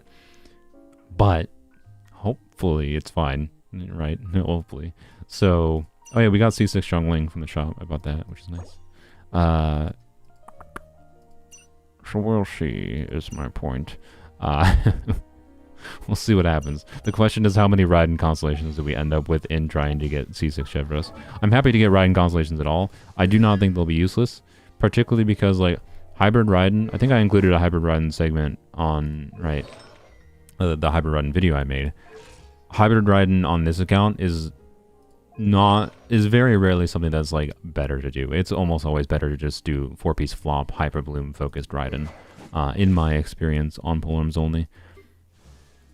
But Raiden constellations can increase Raiden's talent-based damage enough to a degree that it could be worth sacrificing the Hyper Bloom damage in exchange for the talent-based damage. Because right now, it's usually not, because it's just not enough talent-based damage. But with C2 and C3, which if you want my bet right now, I'm going to bet that I'm going to end up with C3 Raiden, just by nature of how long I have a guarantee for C1, and I have a lot of extra wishes, so just by the amount of wishes that it will take to get C6 Chevreuse, like statistically, averagely speaking, I think I am likely to end up with C3 Raiden. If I have anything past C3 Raiden, I'm going to be a little bit salty. Not salty because of the fact that I'm assuming anything past C3 Raiden means I'm using a lot more wishes than I'd prefer to use. I would like, believe it or not, I would like to save some wishes for future things. Arlecchino's rumored to be a polearm. And if I can have enough wishes to get Arlecchino and her signature weapon by that time of polearms only, I think that'd be fun. Another thing I'd like to save for, like, wishes for this is more the far future for polearms only, but if I can, like, hyper stockpile wishes again, I kind of want R5 Staff of Scarlet Sands on polearms only, because when you refine this weapon, right? So with this build that I have on Raiden, I have an EM build on Hybrid Raiden on this account with this ratio. The ER is a little sus, don't worry about it. And this passive, right? When you have EM like I do on Raiden, if it's R5, it's functionally an additional like 900 attack, if I recall. And 900 attack is like a Bennett buff, which means I could functionally get a Bennett buff going on Raiden on polearms only by getting refined on this weapon. That's dumb. That's really silly. And I want, but I am not going to go do that anytime soon because but I don't know. The thing is, like, other than new characters releasing, the only thing I have to, like, after I get this constellation too, which I will, I'll have nothing in particular to pull for other than new characters releasing, right? So I think I will be able to get R5 of this weapon. So anyways, it's for like long future things, so who knows if I'll even be alive by that time. But yeah, it's a lot of wishes. It is a lot of wishes. Aside of that, I have a look, want to see the character history in polearms only? Wow. The last time I wished for a character in polearms only was March of last year. I'm not kidding. It was for Shenhe. Like, it's been that long. Like, I would. The only reason I even have this few, right?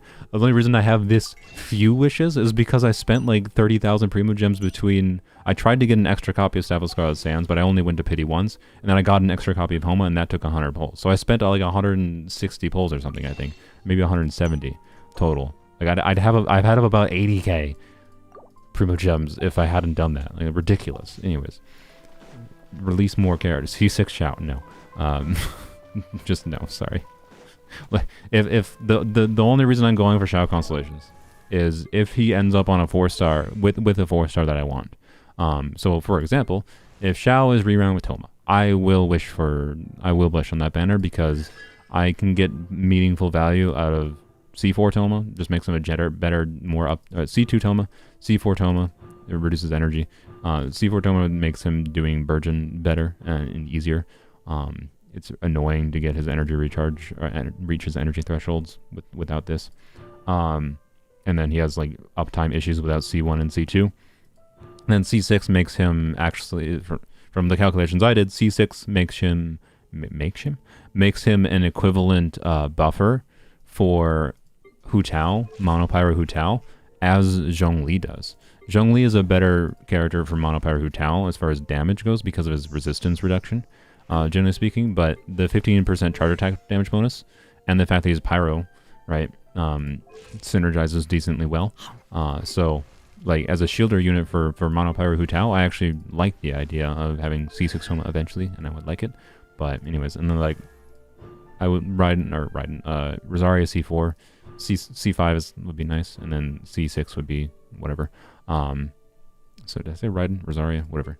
But yeah, like, there's not many constellations that are that relevant, and like Yao constellations are basically irrelevant. So I think Yao C4 gives EM to herself. Never mind, useless. So, you know, I think the point. Shao constellations are just not that good. This reduces his ER, but I never use his burst. This exists.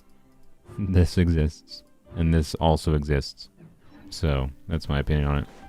Anywho. Did I write the years 2023 in the video description? Ah, Jesus Christ. Good ol', I did. Whoops. Look. It's only been the new year for a week. Give me a break. I fixed it. Thank you. Show your Nahida build. I don't have Nahida on this account. It's polearms only. But my Nahida build is like a 4-piece Deepwood, 25% crit rate, but I have full EM, so 25% crit rate with full EM converts to like more like 50% crit rate with her passive. Let's go. I'm actually gonna go here. You might call me insane, but I want this. Wait, no, I think I have this set now. I don't need to. Never mind.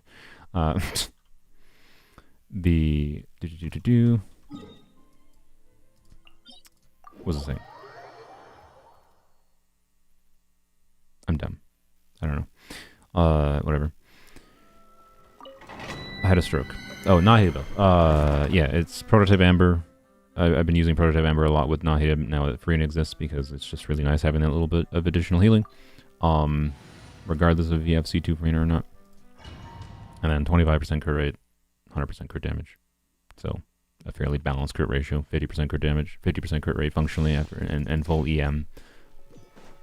That's it. Pretty simple.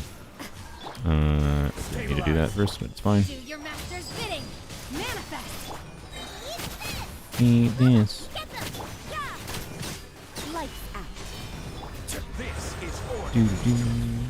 Oh, you're not dead yet, sir. There we go. Obey. Judgment. Really? You interrupted me. Solidify. Wait, did it interrupt me, or did I just miss the second hit? I think I just missed the second hit. I refuse to... Stop jumping. Okay, you know what? Never mind. I was going to say I refuse to do another rotation, but... Yeah, I am, because they're being buttholes and I wasn't thinking. I may or may not have been looking at chat. You can't run. You know, I said I was going to do another rotation, but I didn't use Xiangling's burst, so I didn't really do another rotation. Bro, can you die? Stabilize. This is the worst advertisement for this team I've ever done. I swear to you, this team is like actually like a meta competent performing team. I'm just being stubborn. Dying.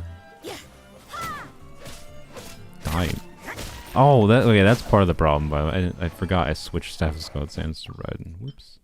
Give this back. Whoops. That was part of the issue.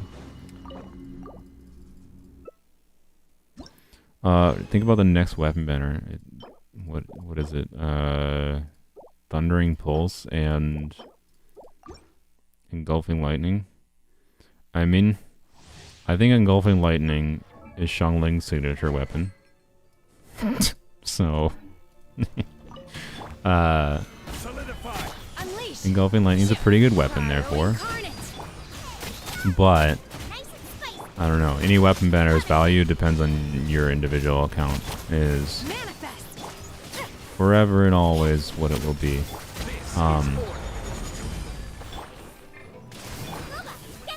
So, evaluate based on your account.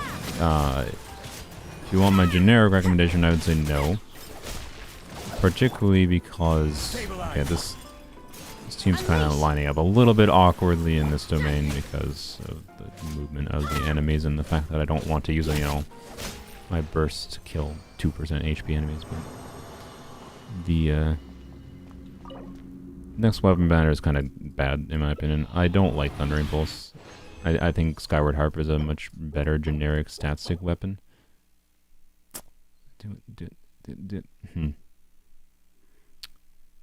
So I'm farming Marshal Hunters for Hu Tao. My brain is computing whether or not that could be a good enough HP goblet to justify not doing a Power Goblin Hu Tao. I think the answer is no. So, anyway, yeah, I talked about the mistake. I'm gonna end the stream, I think, after I do pull-ins only here. So, you can rewind probably like an hour in the stream if you want to see the mistake or talk about the mistake. It's basically just that I didn't know a specific aspect of Staff of Scarlet Sands passive that can change the relevance of certain characters with Staff of Scarlet Sands a little bit. So, yeah. And I talked about also like other weapons and like why I didn't include a section in the video cutting out or talking about other weapons and whatnot. I will try that. But, yeah. So the, what was I saying? Oh, Thundering Pulse, yeah, I just think it's a worse generic stat stick than Thundering Pulse. Or than Thundering. Thundering Pulse is a worse generic stat stick than Thundering Pulse. Perfect.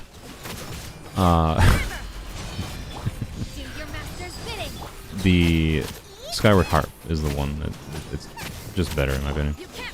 So, gives more crit value, higher base attack. Just a nice generic weapon. Obviously, Thundering Pulse is good for Yoimiya, to be clear. But there's very few bow users that care about normal attacks, right? And I find it a awkward weapon, but it depends on what you have, right? For me, I have Skyward Harp, so if you don't, Thunder Pulse might be better. And it depends on the characters you like playing too, so.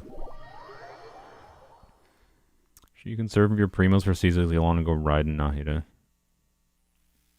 That's a weird comparison. I'm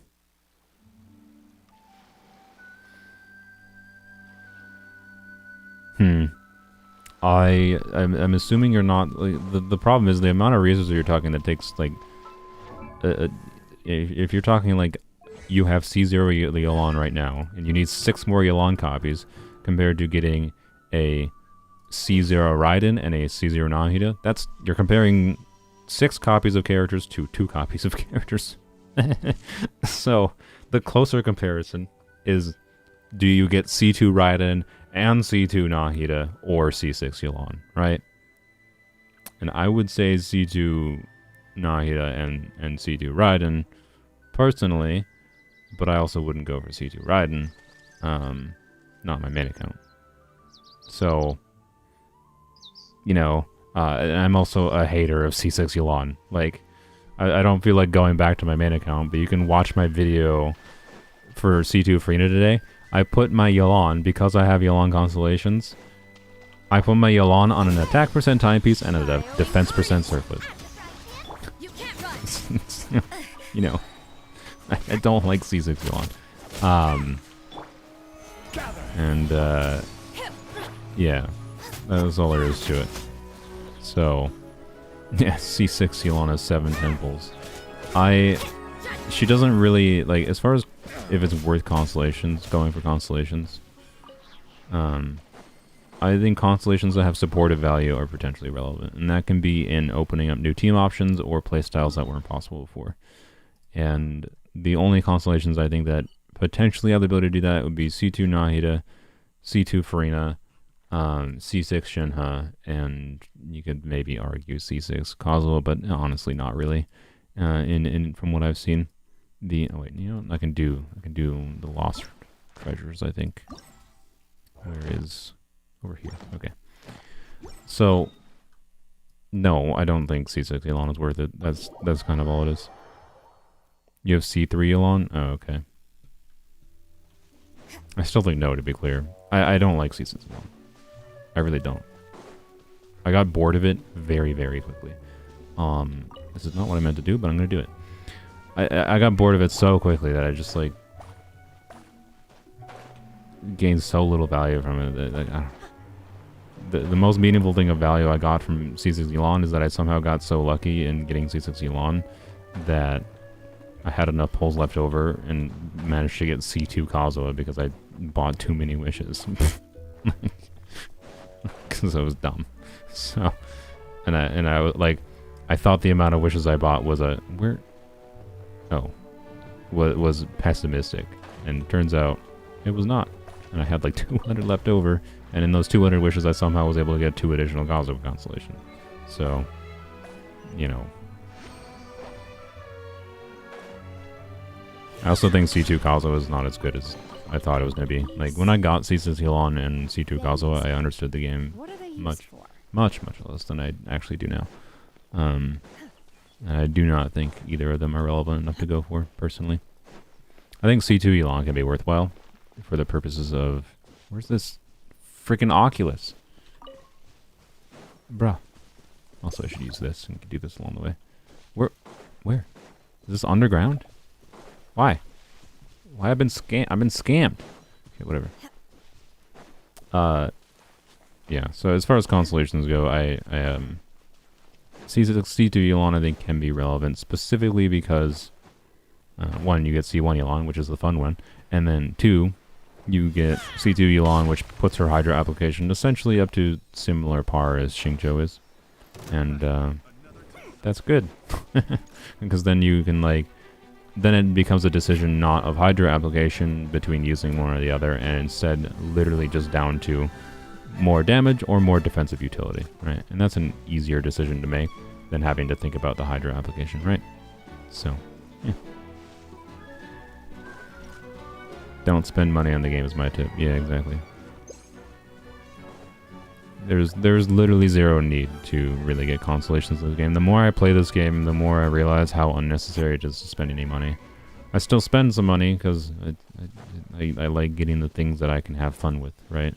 But it's not necessary in any sense of the word. Did I just not know?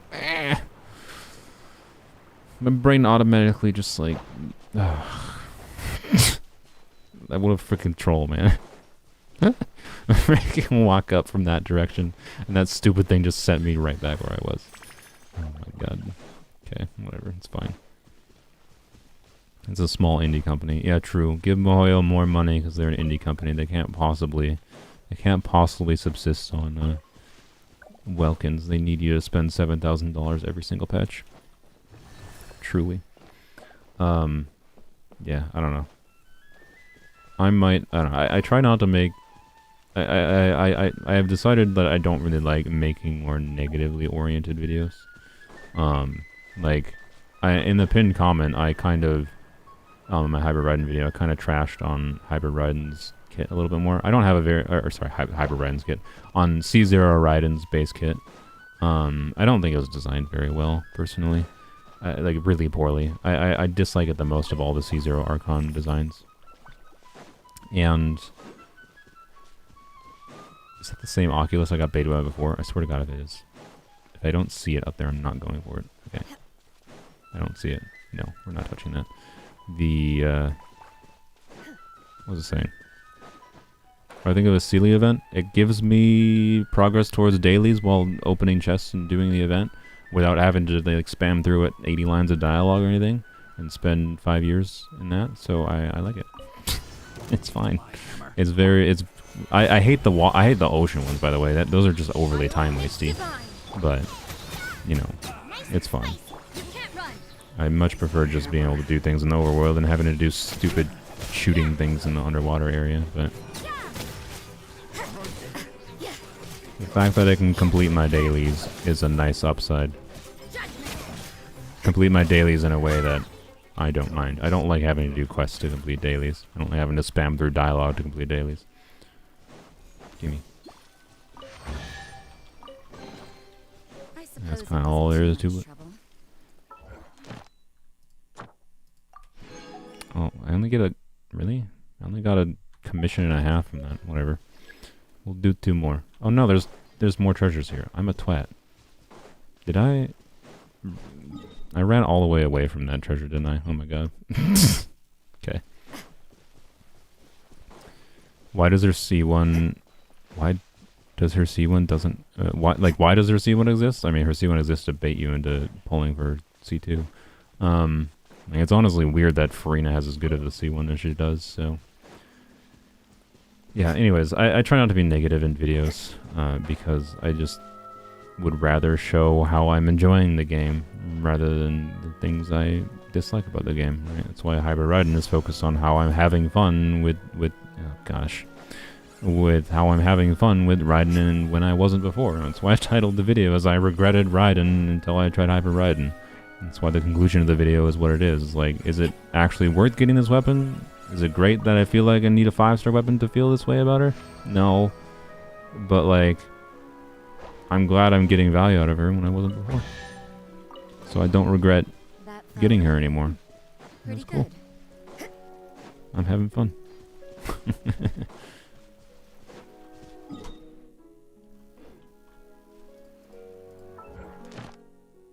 What is your favorite game you ever played? First live stream. Thanks for joining. Okay, I'm not gonna... I think I'm... You know what? Screw it. We're just gonna do another one. Favorite game I ever played? Probably Outer Wilds. But like, Outer Wilds is like more in the tier of religious experience. Like, this sounds weird, I know, but like, Outer Wilds is on the tier of more like religious experience, less than... less than it is a video game for me in some ways, which is kind of weird. There's lots of great games, man. Like, games are a really diverse form of media, right? So, I think, yeah, tutorials, yeah. Thanks for the tutorials. I love that Mohayo's philosophy on game design is from the 1920s. It's a joke, but... anyways, I don't like tutorials that are walls of text in your face tutorials, really. So, oh, you want a controversial opinion? I should maybe not even say this because people might be even more mad at me about like hating on National whatever. But I think that Raiden's main team, right?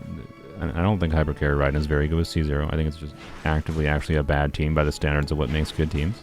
And, you know, I know there's the Gene Farina team, but, like, the Gene team is the same problem as National's going to have on this tribe. But, like, I think that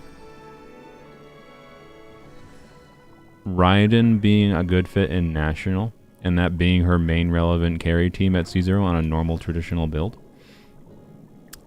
is, and this is like the same exact, the same logic applies to the Gene Farina Elon variation with Raiden as an on-field. And I think National is such a strong core, and to be clear, this kind of applies to some versions of my Hybrid Raiden team, but my Hybrid Raiden teams entirely make use of Raiden, what Raiden does well, and in a way that I think is really fun and satisfying. Whereas it feels more to me like in National, Raiden just happens to be a good unit that synergizes as a flex slot for that character. And like, I consider Raiden working in National, you know, and that being like, oh, Raiden, if you're trying to use like, Raiden is a really good carry character, and using like Raiden National as an example of a team that is evidence to support the claim that Raiden is a good C0 carry on a normal traditional build, not a goofy hybrid build like I'm doing,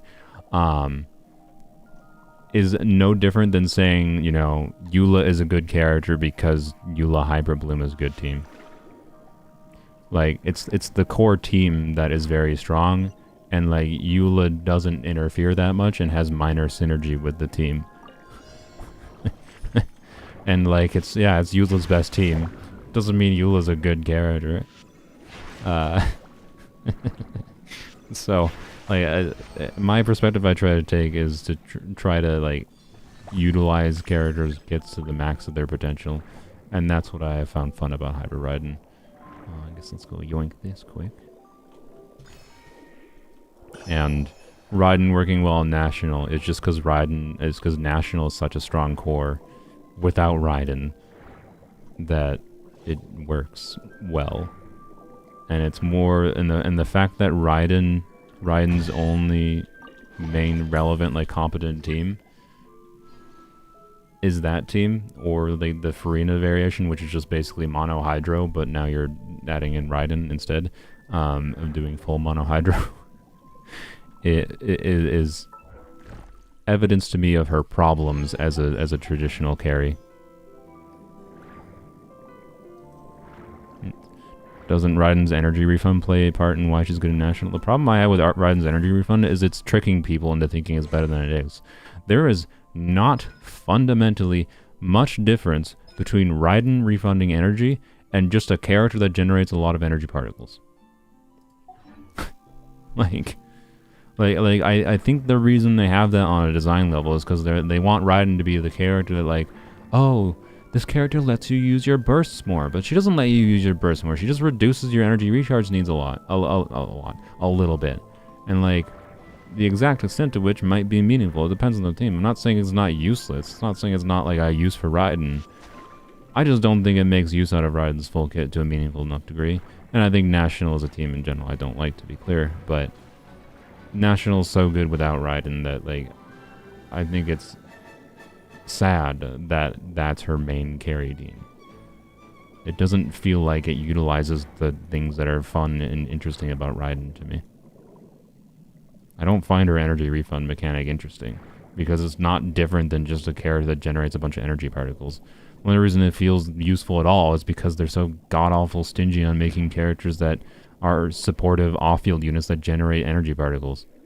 Like, because they realized that was strong early on when they made Fish, and they're just like, oh crap, this character generates a bunch of energy particles. That's useful. Now let's not do that anymore, and instead make it so players think it's super valuable to have that in a kit because we don't want any other supportive units to generate that many energy particles. Like, she's a good battery, to be clear. It's just like I've never found that to be a reason to use her. And I don't think it's part of what makes her fun, right? That's why I think, like, if the design intention was that they want players to feel like Raiden lets you use characters' bursts more, then her C6 should have been in her base kit. Like, reducing cooldowns of bursts lets me use my burst more. Giving energy is just making it so I need a couple less energy recharge stats in my artifacts. Ooh.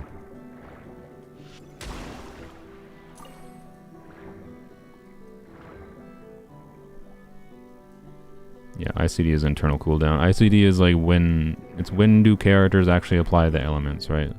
ICD is when does Rosaria here, right? When does Rosaria actually apply cryo? Because when she applies cryo is when she can do a reaction, right? Because right. If Rosaria doesn't apply cryo on certain hits of her damage, right? When an enemy has pyro on it, if she doesn't apply cryo, she doesn't trigger a reaction. She doesn't get melt. She doesn't get the bonus damage. So ICD is a very important factor in any character in knowing when they apply their element to know when they actually do things. But ICD just stands for internal cooldown, and it can also be a term you use related to other things that just have cooldowns in the game. Like characters with multiple skill uses sometimes have cooldown on when they generate elemental particles. Again, in the vein of they realized a unit can be a strong supportive unit by nature of generating particles, and they restrict supportive units from generating good particles because they don't want them to be good in that way, I should say. They can be good in other ways and still bad at generating energy, but they seem really stingy on it.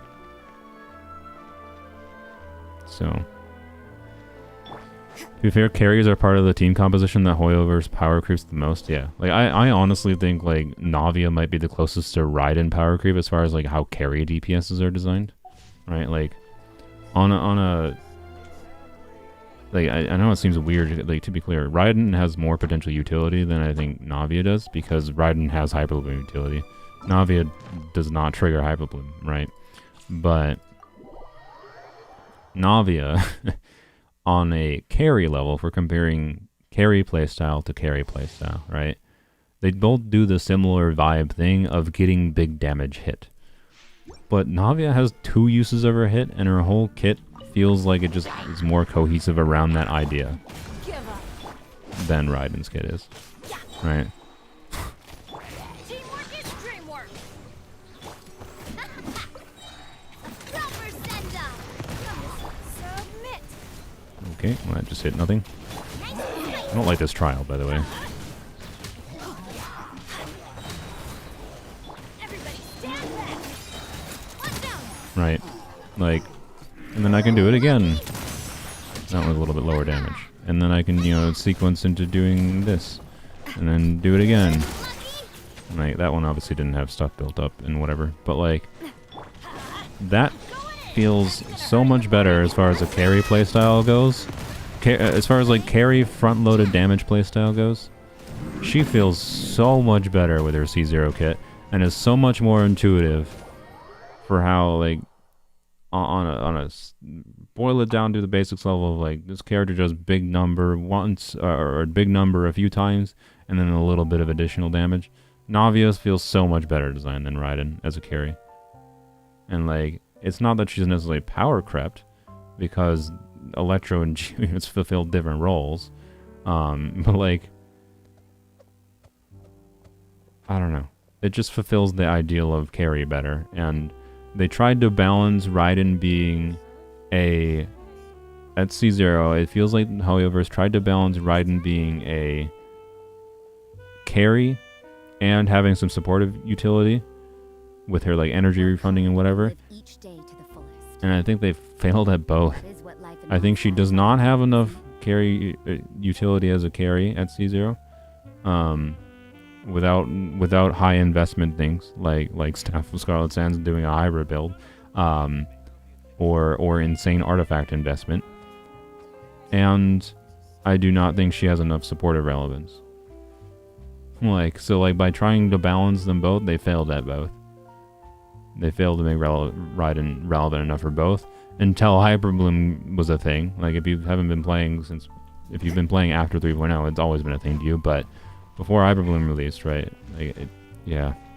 So, and the Hyper Bloom released, and now she gained relevance with Hyper Bloom. Like, Raiden being relevant for Hyper Bloom is what makes Raiden relevant. It's the best thing about Raiden. She's the best Hyper Bloom unit in the game. That's the idea of Hybrid Raiden. Try to utilize the other aspects of Raiden's kit, but also do the thing that she's best at. So, yeah. She's a very different unit from Navia, but as far as comparing specifically the carry aspect of Raiden to the carry aspect of Navia, Navia feels way better designed and more coherent to me. I think they did a really good job balancing Navia, personally. They're stingy with the characters being batters because most of the characters have constellations that helps energy needs. Yeah, I know, right? So, yeah. I don't know. Honestly, constellations are these kinds of constellations are the biggest freaking scourge on this game, I swear. Like, good lord. I agree. So many characters' kits feel kind of scuffed at base level just because their particle generation and, like, energy costs feel stupid at their base level. So, and they're trying to trick you like, oh, instead of needing Toma C4, just use Raiden to battery Toma. Go F yourself. Yeah. So, also Raiden requiring, like, Raiden requiring, one of the reasons I didn't even mention before, right, to get the energy refunding, you have to, like, use Raiden's burst and try to, like, maximize your use of it and stay on field for the full whatever amount of time it lasts. And sometimes you might not want to. Sometimes you might want to end Raiden's burst early in certain team contexts, right? But if you actually want to make use of the energy refunding, you have to do that. So, like, someone like Fischl's a better energy battery on a generic level as far as, like, Electro units that generate energy. Like, she might generate less total energy for non-Electro characters, to be clear, because elemental particles have less value to other characters. But I don't know, like, one thing that would be interesting to see them actually lean into doing, like, actually design a character that's designed to be an energy refunder and seeing how strong that would be, right? Like, I want to see a character that is Fav weapons the character. Like, I want to see them make a character that just generates a bunch of white particles. I think that'd be really interesting, right? Like they do nothing else basically. They might apply, hopefully they apply a little bit of their element so they have some kind of, you know, reaction enabling utility. They probably need to do a little bit more than just generate energy. But like, again, they didn't lean that heavily into actually making her good for like how you have to actually get the energy refunding is annoying. So like you can't just slot Raiden into a team and use her as an energy refunder because you need to be able to on-field her to be able to get the energy refunding. So yeah, Dory I guess is kind of the another attempt at that, but I think I can't remember what the exact numbers that Dory. I even have Dory in this account. I don't remember what the exact numbers Dory gets over time because I know her passive says or her skill. Where does it even say it? Oh, it's in her burst. Okay. Oh yeah, it just says continuously regenerates energy. Cool, thanks. Oh, it scales with level. Of course it does. Good lord. So yeah, continuously regenerates energy for the active character. Only active character, right? So a character conceptually that generates a bunch of clear particles would be generating energy for the whole team, not just for the active character. That's a big difference, a very big difference. Yeah, the energy regeneration, I think this adds up to something like, once it's leveled up, probably something like a 10 energy refund, which is not irrelevant, but like, Dory is not a good enough character in general for that to be the main reason to use her, right? So, yeah. Will you pull Xianyun? Yes, I will get Cloud Retainer on my main account. We'll see if she gets any beta changes tomorrow. I think with this I'm going to probably end off the stream. I don't want to stream for 2.5 hours. I've been streaming for 2.5 hours. Good lord, this always happens. Yeah, Cloud Retainer, she's perfect for someone like, for how I like to play the game. She's someone I'm going to have a lot of fun with. Just by nature of her being like the fact that you can do, you know, this with every character in the game with her is fun enough just on that baseline that I'd probably get her. like they've done that before technically with Venti and Albedo, but both of them feel too awkward to get it. Like they designed Albedo and Venti to be too awkward to actually use plunges that like it actually is just irrelevant with them. But with Cloud Retainer it's jump, plunge, jump, plunge, jump, plunge, and yeah, and then she buffs the plungy damage. I think her changes though are insanely like I disagree with their changes because she was already a very questionable value outside of her niche, and now she is someone, if you don't plan to use her in her niche for her plunge bonus because you like the idea of doing plunge shenanigans, or you want a Shao support, or you want to, you know, use her with Hu Tao. Like, using her with a C0 Hu Tao sounds super fun on a normal account, not on polearms only, because she's not a polearm. So I think she's going to be one of my favorite characters they've ever, like, I genuinely think she's going to be one of my favorite characters. But I don't think I'm ever going to be able to recommend her. Outside of really specific context. Which I think is dumb. I think is really dumb. I want them to stop making these, like, they're too scared to make generalist buffers in any sense, right? Like Shenhe is a hyper niche cryo buffer. Like Shenhe is not relevant because cryo is not that relevant to be, like cryo's most significant relevance is largely in the current meta of Genshin, right? If I'm trying to make equivocating statements, it is largely as like it's nuanced in how it can be used for like dendro reactions, and then it can do melt. I think freeze personally, outside of with hyperbloom, outside of doing hyperfridge, is very not relevant anymore. I think it's lost what is unique about it in the current state of the game, and that's a little unfortunate for cryo. But basically, right, Shenhe is not relevant for hyperbloom because you're not doing 2 cryo units, you're doing 1 cryo unit, so it's not relevant for, she's not relevant for cryo in that aspect. And then if you're doing 2 cryo units, it's going to be harder potentially to do melt. Like, I do melt, to be clear. With like, I do 2 cryo units with melt and do Rosaria melt with Shenhe and Xiangling. But Xiangling is like the only competent pyro applicator in the game from off-field because they don't want to release freaking other off-field pyro options. The only other way to get decent off-field pyro is to freaking do Bennett and Nahida combination. And so, like, you could replace Xiangling with Nahida here and then do Bennett instead of Zhongli. And this is probably a similar performing team. But, like, why? Why are there so few options? Like, Mihoyo hates cryo, I swear to God. So, like, Shenhe is not very relevant because of how hyper niche she is. And, like, outside of really specific context, Shenhe is never a character you can recommend. And I think Cloud Retainer is kind of the same. But at the very least, what I like about Cloud Retainer, though, and, like, I've talked to my Discord server about this, and, like, if I were to fix Shenhe, what Cloud Retainer has made me realize is, like, as far as hyper niche buffers go, I am more fine with them, like Cloud Retainer, because Cloud Retainer is a hyper niche buffer.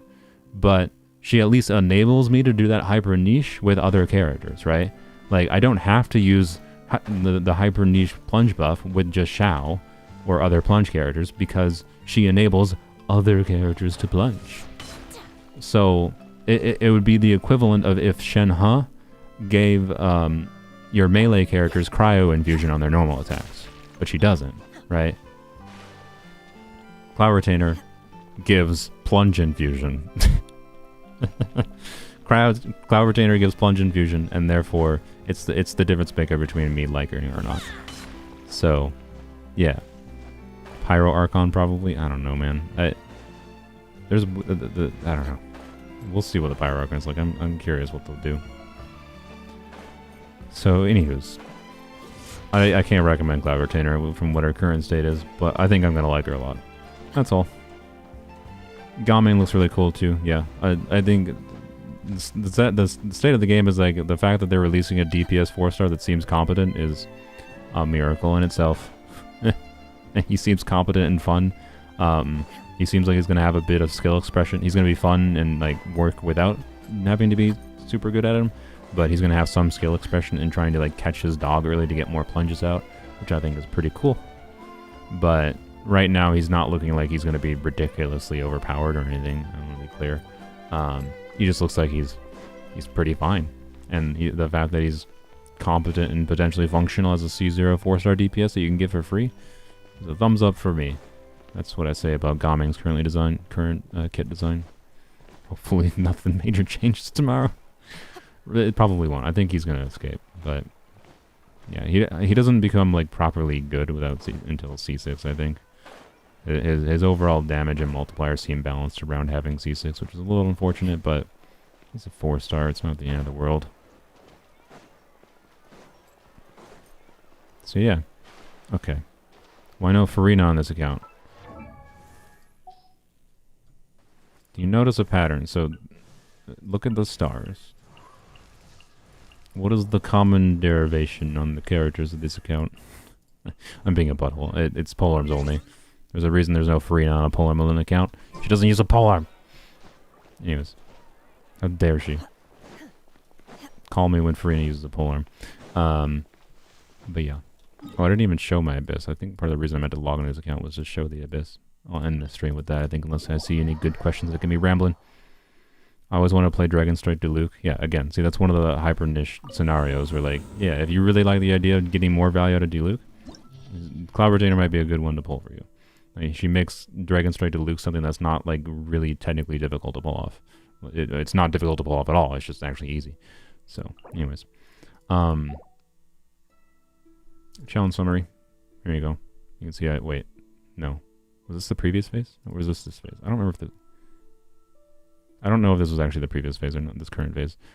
Basically, I 36 started with Melt on the second side because I hadn't used Melt in Abyss in a while because the previous Abyss the previous couple of Abysses I think were kind of terrible for Melt. And I wanted to use Melt again, so I used this team, the second side, and like I had a bad clear. The Tulpa was hard, right? I cleared the Tulpa I think 2 minutes and 10 seconds, and that was with I think like Hu Tao dying or something. And I had to just like chip through the last like 3% of his health with Shao or something. And I did record it, but I don't think it's going to become a video. And then I was like, well, I don't know if 45 seconds is enough to clear this chamber with melt. It was. I had like 10 seconds to spare. This team managed to clear the second half of chamber 3 in 30 seconds. I was like, oh, okay, well, we're fine. So yeah, it took 20 minutes. Like I had to retry this chamber like 3 to 4 times because the teleport hits hard and kills you.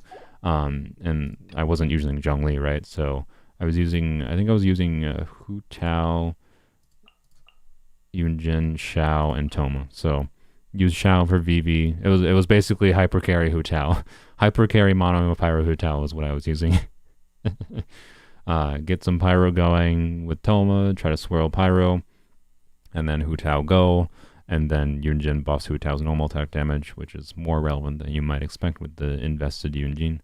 And yeah, so it's the first Abyss in a little while that I actually haven't used Dendro in to clear, which is pretty cool. But that's emblematic, I think, of it being a easier Abyss, in my opinion, for the account. So yeah. How much does this change with C2? Xian Yun? No, she's her C2 is just makes her plunge buff even ridiculously higher. Like it doesn't really fundamentally change anything. I mean, the fundamental issue I have is that she's a 5-star limited animo character that has like as far as what does Xian Yun do outside of her plunge buffing utility, right? What does she do that could be useful outside of that? Can you just use her as a generic animal healer? Just like people are using like Jean as a generic animal healer. You can, but she's like a side grade or downgrade in some ways to Jean, in my opinion. I genuinely would rather use Jean as a generic animal healer the vast majority of the time over Cloud Retainer. Like she has like, in my opinion, for me, next to nothing over Jean. As a generic unit. I should have said that before. So like what Cloud Retainer is what if you want to engage with her gimmick, with her plunge stuff. And if you don't, I think she's basically irrelevant. So, yeah. Thunderbird is pain. Yeah, it wasn't too bad. I think I first tried it. Or no, I think it took me like 2 attempts to clear the first chamber because I scuffed in the robot fight. I think I let one of my characters die. So I had to I think I let one of the characters die. Like as I killed the robot, one of the robots killed someone in the Hu Tao team. And I was like and I went on to the next chamber and 3-starred without a problem on the first attempt with like I had plenty of time. And but then I had to restart the Abyss because I had a dead character in the first half. Whoops. So yeah, and then second chamber I don't remember having any meaningful issues at all. And then the Topple was just a bit of a butthole. So I would show it, but I'm not really in the mood to do combat on this account that meaningful right now. I've already been rambling for an hour and a half, so there'll be plenty of content, and I will probably stream and or have a video, including Abyss content on this account, to be clear, once we get Chevrolet and C2 Raiden. My hope, right, is for Hybrid Raiden on this account to become a thing that's actually worth doing over just pure right. I want Hybrid Raiden. I want this stupid build on this account to be worth actually staying on. What? Oh, she's on Homa right now. That's why. I want this build to be worth staying on Hybrid Raiden or on Raiden rather than switching to flop, because more often than not, whenever I try to use Hybrid Raiden, I switch to 4-piece flop on Raiden, and it just feels better. And it's just a side effect of how this team works with the Yao Yao Candace combo ultimately. But I think there is I think with C2 and C3 would help a little bit too. I think with C2, C3 Raiden, the balance obviously would shift more in the favor of Hybrid Raiden, potentially to a degree to make it just maybe even better than just doing pure Hybrid Bloom Raiden, assuming I'm using Staff of Scarlet Sands. Sometimes I still might just do pure Hybrid Bloom Raiden because I want Staff of Scarlet Sands in a different character, right? But anyways. How's my Shao experience with Farazon? I don't have Farazon. So, you know. Or I have a C0 Farazon now because of the event, but I never tried to use her with Chao. Never tried to build her. So, Farazan is on my list of characters that she's an enabler. I have things like I want to try with, you know, like DPS. Whoops, Osmanthus wine tastes the same as I remember. DPS Sucrose is a thing I want to try. Sucrose's multipliers, like, people get overly weirdly excited about high multipliers on like some people like the high multipliers on Cloud Retainers, like Triple E Plunge, except like it wasn't even that good of a multiplier. Like Sucrose has more uses of her skill than Cloud Retainer has, and the multipliers get up to similar damage that Cloud Retainer's multipliers do. So, point is, C4 Sucrose is really interesting to me because Sucrose will reduce the cooldown of her skill by 1 to 7 seconds for every 7 or normal or charge attack hits she scores against opponents. One hit may be counted every 0.1 second. So basically, every time you do a normal attack, you reduce your skill cooldown by 7 seconds. And right, that's interesting. And she has decent multipliers. I want to do Animo DPS Sucrose, but it basically requires Farazan realistically. Farazan C6. So I want. The problem is she's tied to freaking Wanderer's Banner, so I really hate that character. I have a personal hate, to be clear. It's mostly a personal bone with like the fact that he just screams when he does his charge attack. But also I think he feels really bad to play in general. And I do not like, I dislike how they designed him, personally. But anyways. So on my main account, obviously not getting Farazan on this account, but on my main account, there's things I want to try, and I might just say and get C6 Farazan, regardless of if she runs with someone that's relevant. Crossing my fingers, she runs with someone that I want to... I don't know why I'm spinning this camera like this. She runs with someone that's relevant for me on the main account, so I can actually make fun videos on C6 Farazan. The main thing that I think people underestimate with C6 Farazan is how much of an enabler she can be for things that aren't just, you know, Wanderer hyper carry. The thing that makes the difference maker for why Farazan with C6 is so good is because she can do competent damage herself while also enabling dealing good damage with other characters, and providing grouping utility on top of that, right? So, yeah, I just wish she wasn't tied to Wanderer's Banner. Like, just run her like a normal 4-star Mahoya. She's relevant as a normal character to have, but because they only run her with Wanderer, so many people in the community are just like, this character is for Wanderer support or Shao support. And like, no, she can do more. She can be a very competent Animo unit in general. One of the most competent Animo supports in the game, and that's cool. Because, you know, they didn't give her healing, so they didn't feel the need to gimp her kit in some way. Anyways. How did I do that? How did I do what? I don't remember what I did. Kazuha was too godly. I mean, Kazuha is a little bit overly stacked. Yeah, no, I'm not getting Farazan on this account. Yeah, like, I'm just using Farazan as an example because I don't feel like logging onto a different account right now. So, oh, by the way, I haven't logged onto weapons only all week. That feels really good. It feels really good not logging on this account. I'm enjoying playing Genshin more, not feeling like I need to log onto an account that just is not fun to me. Weird. Weird. So, anyways, there'll be a little bit more content on weapons only, but for what it's worth, weapons only is mostly over. But I'll end it off more properly, don't worry. Anyways, you have C5 Farazan without wishing on your banner. I wish I was in your situation. I have C0 on every account. And, I mean, she's only relevant on my main account, obviously. So, anywho's. The live beep to censor. Oh, I have a button. It's just a button. I just have to press the button. Alright, I think I've rambled enough. Good lord. 2 hours, 40 minutes stream. Hopefully you enjoyed. Thanks for watching. We got fun things this week. New banners. This account will get... I genuinely believe this account will see the most significant... I mean, Yao Yao was the Yao Yao and Hu Tao patch from last January was a really big difference maker for Polems only. That was when I started being able to 36 star. Obviously, there's no harder content in the game to clear, but as far as like enabling new teams goes, and like making Hybrid Raiden a proper real thing on Polearms only with Raiden constellations, and Chevreuse being useful in a number of different ways potentially. I think this was one of the most significant banners for Polearms only ever, and it's been a while since I got a new character, so I'm actually quite excited. I'm quite excited to have lots of new things to play with Polearms only. And yeah, so thoughts about Chiori? I mean, I like her character so far.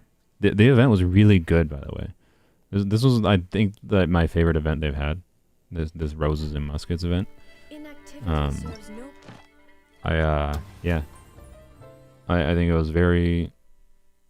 It felt appropriately length, felt condensed in a way. It was engaging. They did, like, you could do all the bull crap. You could do the events without having to do the whole story first. Like, did I not claim my rewards, by the way? I didn't. Whoops. Well, I'm glad I remembered to come back in here. I don't know if I'll actually need these on this account, but I should get them.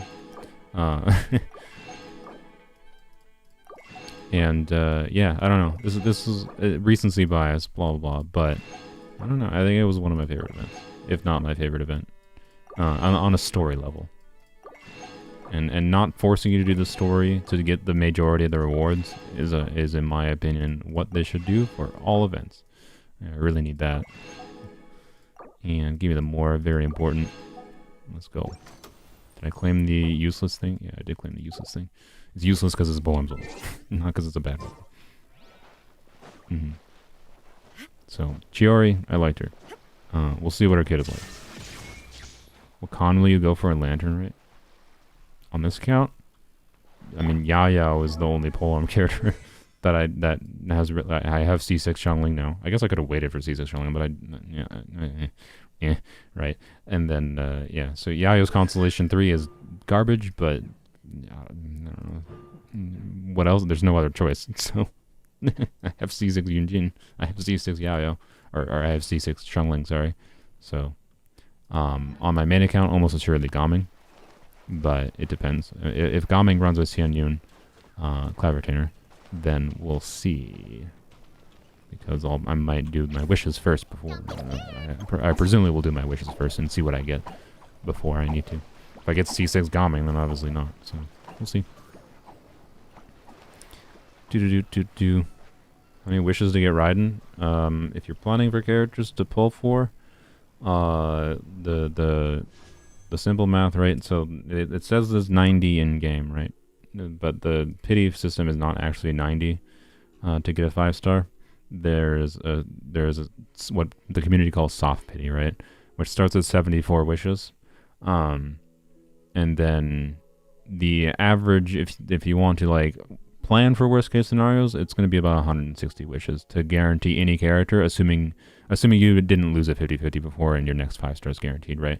Because if you get a 5-star at 75 pity, for example, lose the 50-50 to Chi-Chi, and then you might have to go to pity again, but you could theoretically save that guarantee, right? So if you have 120 pulls and your pity is at 57, yes, you are essentially guaranteed to get Raiden. Because, yeah, there's no, it's basically impossible for you not to get Raiden with that amount, because you're at 177, yeah. You'd have to get extraordinarily unlucky. Like, less, going to 90 pity twice is, you got more unlucky than the luck it would take to win the Powerball, which isn't, if you're not familiar, is like a big lottery in the United States, at least in the United States, only as far as I'm aware of. I don't know exactly, so you should be fine. Anywho, I think that's all I got. My stream seems to be dying anyways. YouTube's giving me a warning, so time to end it. Bye-bye.